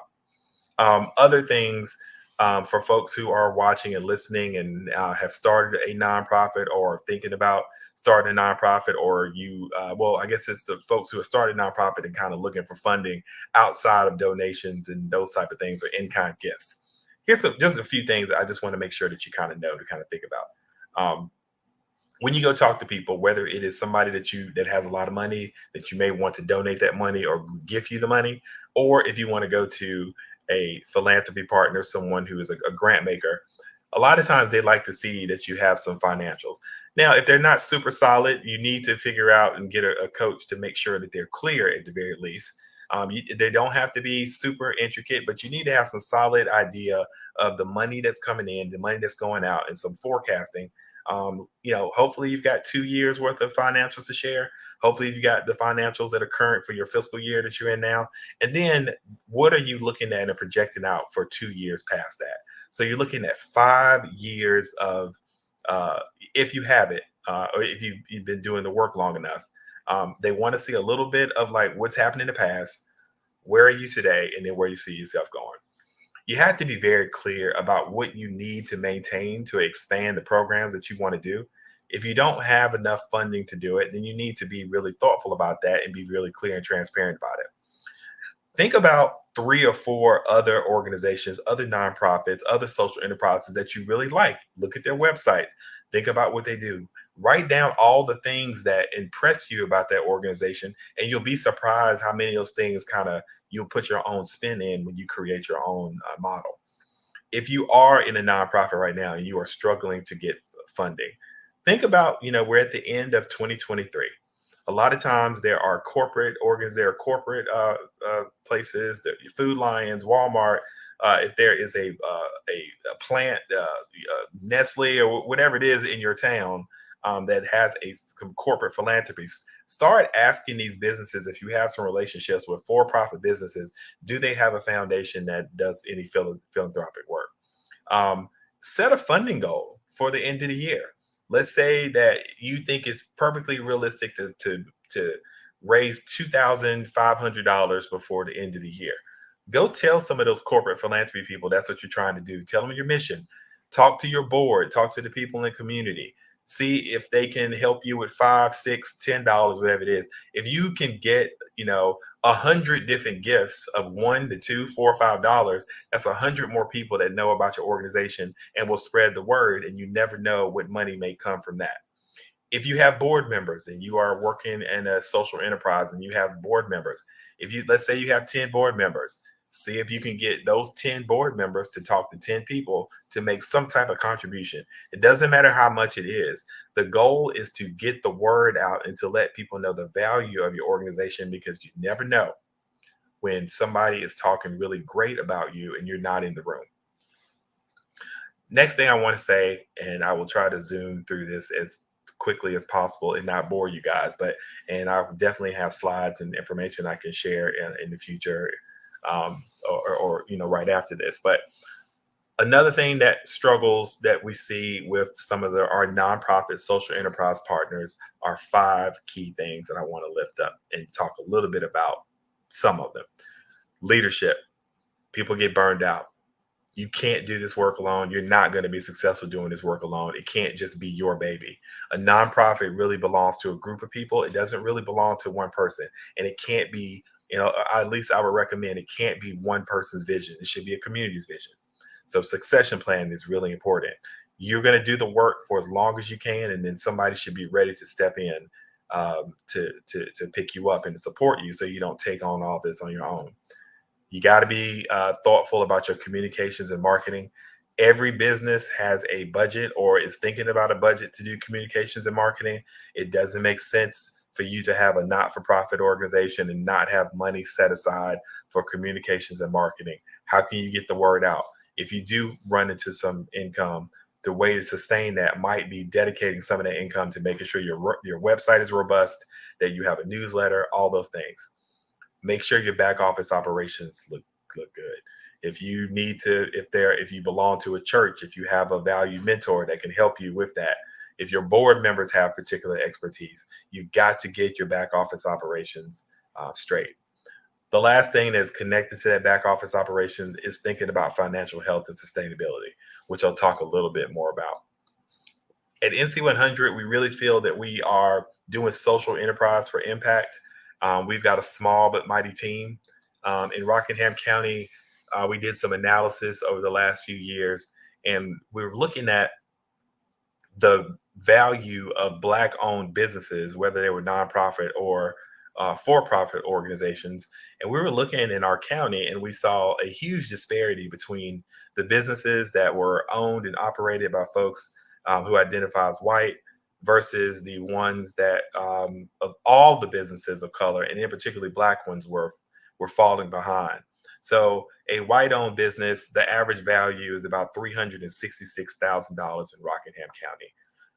In the United States, the average value of a white-owned business is about $670,000. When you look at all businesses of people who don't identify as white in the United States, the average value of the business is about $180,000, $190,000. In Rockingham County, not too far behind, the average business worth of a business, if you put all folks that don't identify as white together, it's about 150 versus 370, which I said for white-owned businesses. There's a lot of reasons for that, historical, economical, and all those things. But when you carve it out and look at the value of the average Black-owned business in Rockingham County, $73,000, which is very in line with what the number is in the United States. The average value of a Black-owned business in the United States is $74,000, as opposed to businesses that are owned by folks in the mainstream, which is almost $700,000. And a lot of reasons for that, which I'm sure we have talked about in different sessions. Our team at NC100 has a whole bunch of different talents. There are folks who are very business operated inclined, like myself, and but also with this social entrepreneurship and the social change model. We have folks that are interested in programs and kids and trying to help people with services. We have folks that are interested in our communities where English is not the primary language. We made it a priority to make sure that we have staff that are bilingual, that particularly speak in Spanish. And then we also have staff who are in that Generation Z space, age, to kind of relate, because we've got to take the best ideas from our Gen Zs to the millennials who are in their 40s now, and a Gen X person like me who's approaching 50, things like that. One more thing about NC100, just to give you a little bit of how we have positioned ourselves to be able to kind of be in both spaces, this kind of social change space, the community driven space, but also be really steadfast in making sure that people understand that we are about business, and businesses are, and nonprofits are businesses. We have these two really high level strategies. One, develop authentic relationships and build upon assets. We want to be positive asset minded and build upon the strengths in our community, mobilize individuals, groups, and systems to come together. That means we facilitate conversations and actions that lead to the creation or the protection of wealth. And that can be through some of our youth programs. That can be from convening. The big thing that brings value and has brought value to us in our business model that we'll talk about really quickly is we do specific capacity building, strengthening organizations that have Black American leadership or focus on traditionally marginalized communities, which tend to be Black American communities, other communities of color, Latino communities, Hispanic, and people in rural communities of low wealth. So that is more of that frame. And we definitely advise folks to, if you have YouTube, please go to YouTube. And we are at We Are NC100, and we have so much content, so many videos about the work that we do. Two big quotes that I have said in different gatherings. Today I am traveling. I'm in Winston-Salem, North Carolina. I was traveling, talking a little bit about employee ownership last night. But one of the things that I like to say about our work is that all of this work, the work that we all do, but in particular, the way we kind of look at it is to encourage and foster entrepreneurship mindsets while doing the social enterprise work and helping all of our folks dream big, because everyone deserves to win in this economy. There are so many spaces and information that is out there for folks to be able to get access to capital, access to relationships. And we need to share those things. Like when we find success, we need to be able to pass that on and to help folks and give them a little bit of a head start from the stuff that we've learned. We live in this constant tension between these really two ideals. It's the world as it is and the world as it should be. And the work that a lot of us social change folks do, and trying to discern the interest that creates people's position. We want to agitate, we want to anger and lean into the anger about things that don't work the way that they should be so we can make change. But you want to be true to yourself, true to your values.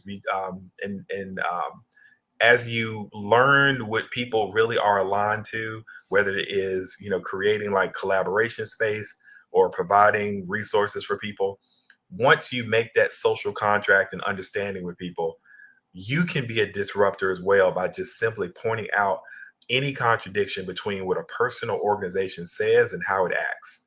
So if there's an organization that is benefiting on a reputation of being really supportive of all communities, and that's not exactly what's happening and it's making people suffer, it is incumbent upon us to point those things out in a way that has that person who's made that social contract and community be accountable. And we really believe in doing that work. We took a long look at our finances last year in 2022, and we were very successful in raising money. Almost about $400,000 we raised, either through private foundations or community foundations, fees for service where we charge for different things, donations from our supporters, working with the city and county, holding big fundraising events, and then just, generally working with people in corporate philanthropy, like I talked about before. And out of that $400,000 that we raised, we realized over 59% of that money, almost 60% of that money came from private foundations. Now, nothing against private foundations and people in regular and, traditional philanthropy that support organizations. But what is the danger of having 60% of your money come from one or two private foundations? If those private foundations decide not to fund you, then where are you? Can you continue to do your work? And if that organization has such a significant portion of your finances, do they have more influence on your decision making or the things that you decide to focus on? If you decide that you want to stand up for a particular social movement, or if you decide that you want to go a different direction with your nonprofit because you've talked to the community and they want you to do something different, and that funder doesn't agree and you lose that funding, then where are you? So we want people to be thinking about, in my nonprofit social enterprise business, what is my secret sauce? What do I do, or what can I contribute that nobody else can, or few people have been able to think about? What is the big problem that you are addressing? And what is the big thing that you are focused on that the community has ID'd for you to support? And do you have some type of unique solution? You can sell that. It is sellable. You can go to a hospital. You can go to a school system. You can go to the mayor. You can go to any large entity that has a lot of funding that wants to do really great work in the community and tell them, this is my secret sauce. I'll tell you something else, and I've learned this over time. Sometimes people want the whole story about how you started a nonprofit, how you're doing a social enterprise, and all the really great stuff that you want to do. And, you climbed a mountain and had an epiphany and all that stuff. Some people want to hear that stuff. Sometimes the folks that have large amounts of money just want to hear a little bit of it and then pull on the thread of something that seems really interesting. Think about having 30 seconds to get 3 minutes of somebody's time. Can you talk about your nonprofit right now? Can you talk about your social enterprise in less than a minute and a half? Maybe sometimes can you get it down to under a minute? Can you you've heard this term about the elevator pitch. In a few sentences, can you tell enough of why you're in the business and why you need support that would get somebody to want to have a deeper conversation with you? So think about that. 30 seconds to get 3 minutes. What's the strongest information that you can share in the first 30 seconds of that minute conversation? So think about that. So we started thinking about that, what are the things that we do really well that we would want to kind of brag about and we want somebody to pay us to do? And we said, let's put together a one-pager. A one-pager doesn't have to be one page, but if you have some type of document that is either that you can send electronically or you have in your hand that you can hand to somebody in a flyer that explains to an organization or somebody that can fund you 4 simple things. The first thing is context. What's the context of your organization? Why are you doing the work? Make it really simple. I'm doing this because community said this, or I grew up here and we had a group of people and we said this. They need to understand the context in a couple sentences. The next thing they need to know if they're going to talk to you longer and give you money is, what are your large objectives? Not your programs, not every single thing that you do when you're in community and you feed people and you do this and get people cooked. No, what are you trying to achieve in 1 or 2 sentences? We want to achieve this. We want to achieve that. No more than 3. High level. The way you do it is strategies and things that you can talk about later. But at the end of the day, what do you want to achieve by a certain amount? Is it by the end of 10 years, 20 years, 5 years, 1 year? What do you want to get done? The third thing that you need to think about when you're trying to explain your information on a one-pager and you're giving people information or you set up your website is the methodology. How do you do it? Can you simply explain, we do this because we do, we want to, support, like I listed those 2 high-level strategies of our organization. That's our methodology, right? So C, context, O, objectives, M, methodology, and then B, what are the boundaries?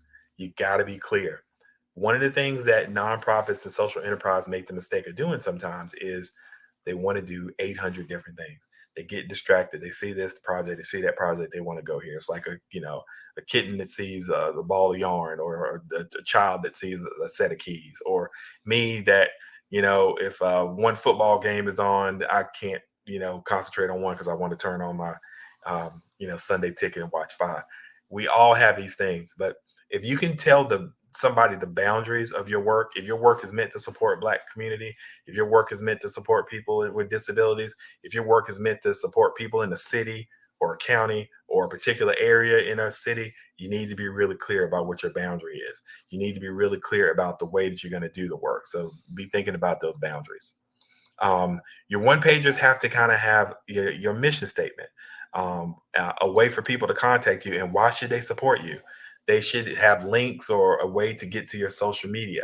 They should have maybe a testimonial about the value that somebody has found in your organization, they should have photos and visuals of like what the work looks like. And then other thing that I think people don't think about, key metrics. They don't have to be the most elegant, but are you trying to capture some numbers to see how many people you engage with? Do you have any idea how much money you raised? You know, things like that.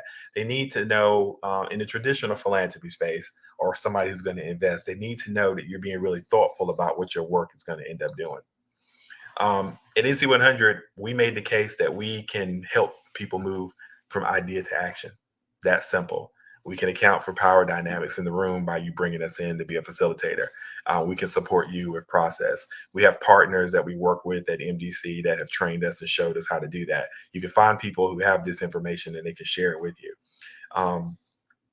We can help people build a balance of trust and distance by coming in the room and learning enough about the situation that we can mediate. And we can say the thing that sometimes people aren't willing to say.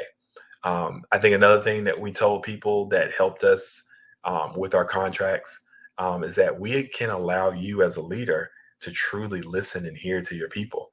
If you give us the information and we come into your setting and facilitate a meeting, and we work through some of those things that you guys have been having a hard time working on, that gives you some space to be able to contribute just as a collaborator. And maybe you build some more rapport with your staff if you have like a larger organization. One project that I wanted to talk about that built some value for us with a local health system. So again, I'm from Rockingham County. I grew up in a little town called Reidsville, North Carolina, which is about 15 minutes away from Greensboro. For folks, and I would imagine a lot of you are familiar with Greensboro, a wonderful city with a lot of Black history, Black home ownership and business ownership, and wonderful education. North Carolina A&T, Bennett, UNCG, A&T. It's like all the, just a really great place. The history of Guilford County, having Charlotte Hawkins Brown boarding school, like there's so much history in Guilford County and Greensboro. But there is a local health system there. They're called Cone Health. They operate in Guilford County, they operate in Rockingham County, they operate in Forsyth County. And we had an opportunity to make a presentation to them about a potential merger with Cone Health and another health system that was coming in. And it was going to bring in millions of dollars of community relations money and support.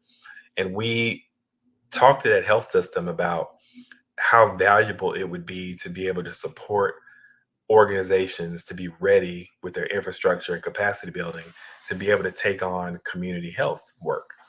And so our hypothesis was that if we could, we could help them learn how to do better engagement, that would fortify the pool of community organizations that the hospital could work with.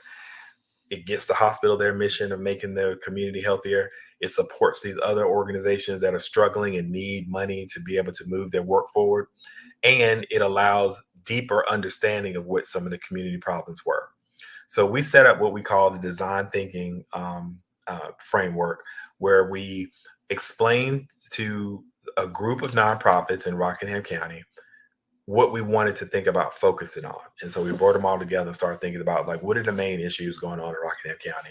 And those folks had access to other people, and other lived experience. And we talked a lot about it and drilled it down to a few things. Once we drilled it down to a few things that we had some consensus on, we asked our partners to go into community and ask some of those same questions and see if what we were thinking matched what they were thinking, then we would come back. Once we got the feedback from those folks, we came up with an idea, like, what could we do as a business model, or what could we do as a solution model that would support some things that the community members have prioritized? And we came up with like 4 or 5 different events that we could do and learn from. The crux of this is having the discipline of being able to talk to community as you make your plan. So when you bring a solution to community, more and more people have designed it that are within the community, instead of just you coming up with an idea and saying, hey, do this, or here's a solution for you people. It's you have designed it. So once we come up with like a couple solutions of what a business model might be or an idea, we go right back to those people. We talk to them. We make sure that we haven't missed anything. And then we do the event or we do the solution. Like we figure it out in a very lean way. We got money from the Kate B. Reynolds Charitable Trust to kind of do this work.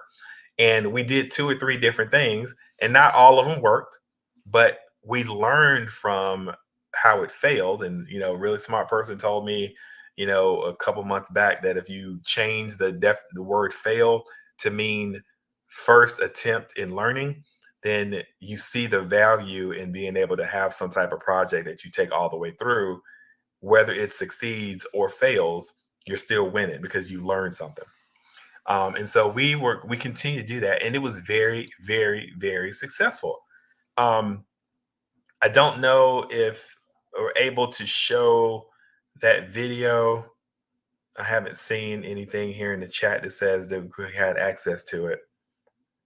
So I'm assuming that we're not going to be able to show it, but I absolutely would love to have Dr. Kelly and the other folks here at the Expo be able to share that video, because I really, really would love for you all to see what that looks like. Oh, so you were able to get that up. Can we show that really quickly just so you see what that looks like in practice? And then I'll close.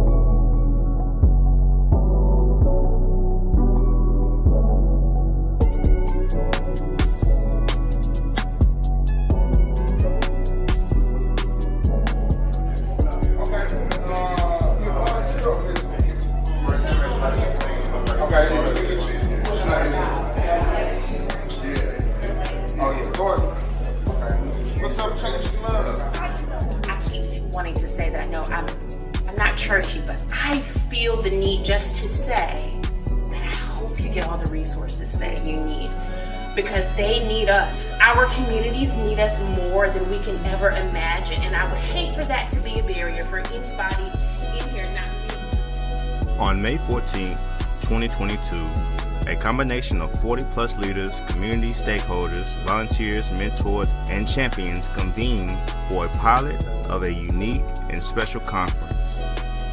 They call themselves the Cone Coalition of Like-Minded People. Like-minded towards liberation, fairness, and the idea that everyone in Rockingham County should thrive regardless of who they are or where they live.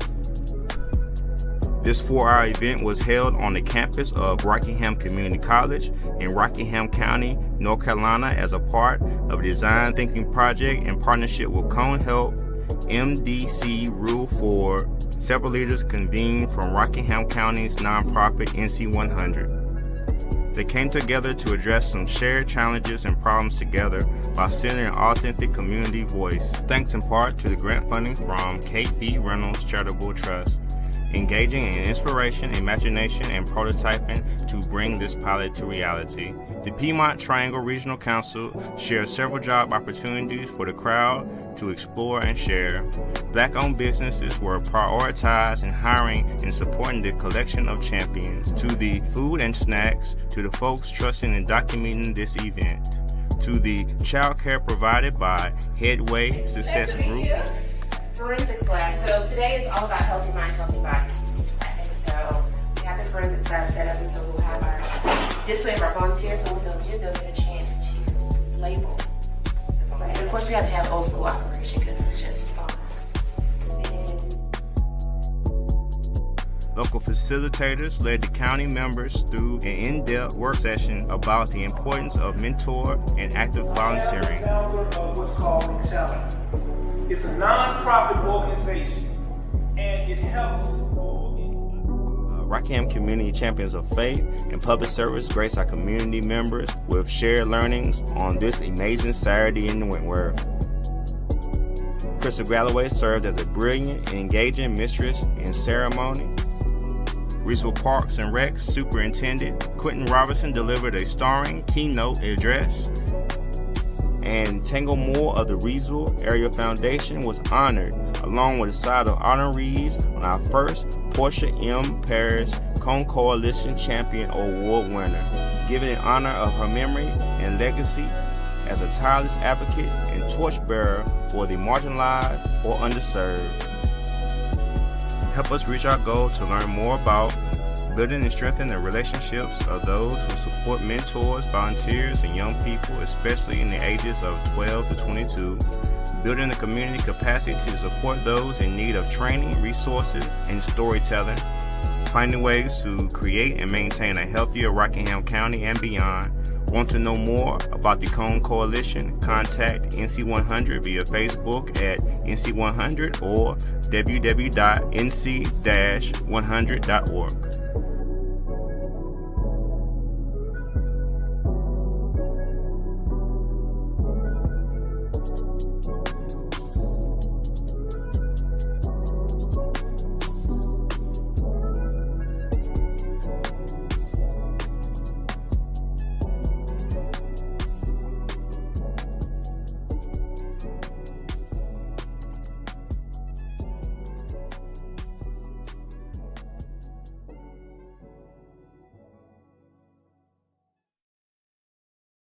Thank you for indulging me on that. So you see, like, that's what that looks like. And we created that video with, like the video said, we prioritize all Black businesses.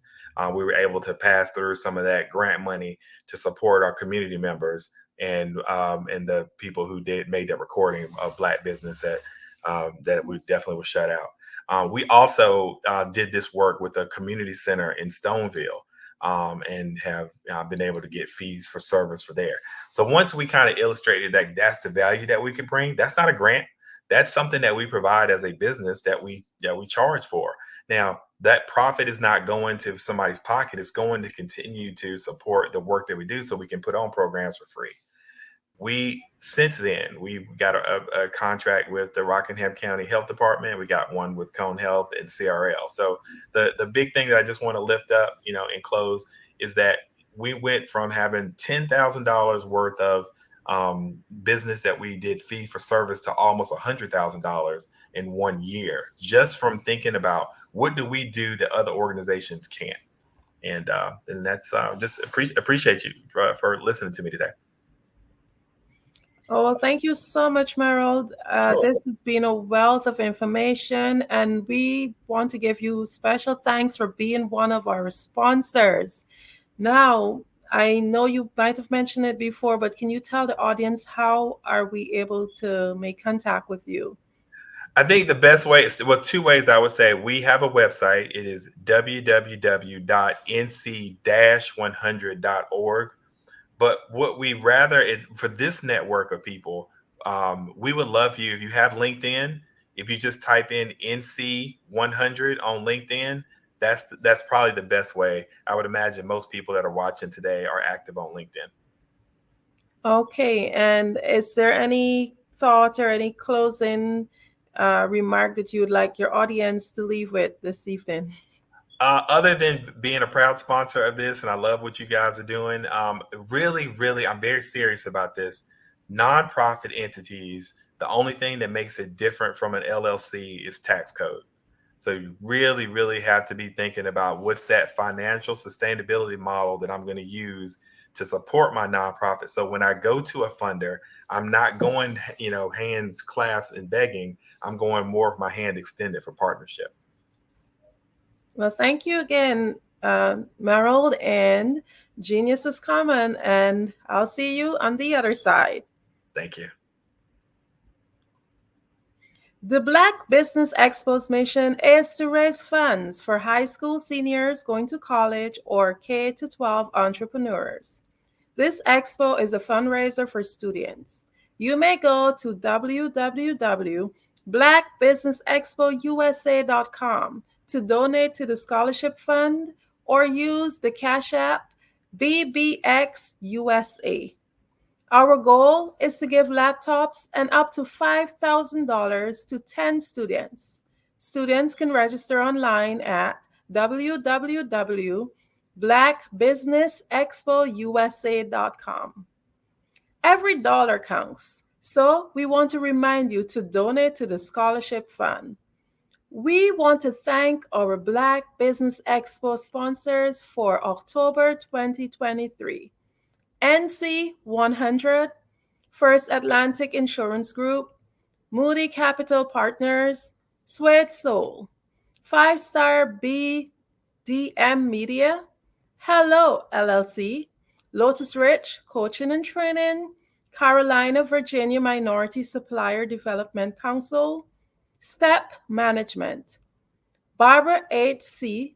Smith LLC, Margie McLean Foundation Inc., Genius is Common, Earth Essentials, Milan Chennai Global, Executive Women's Success Institute, The Quality Coaching Company, Superwoman Business Services, Creative Force Studio, Lee Entertainment, Artistic App Design, Black Business Expo USA.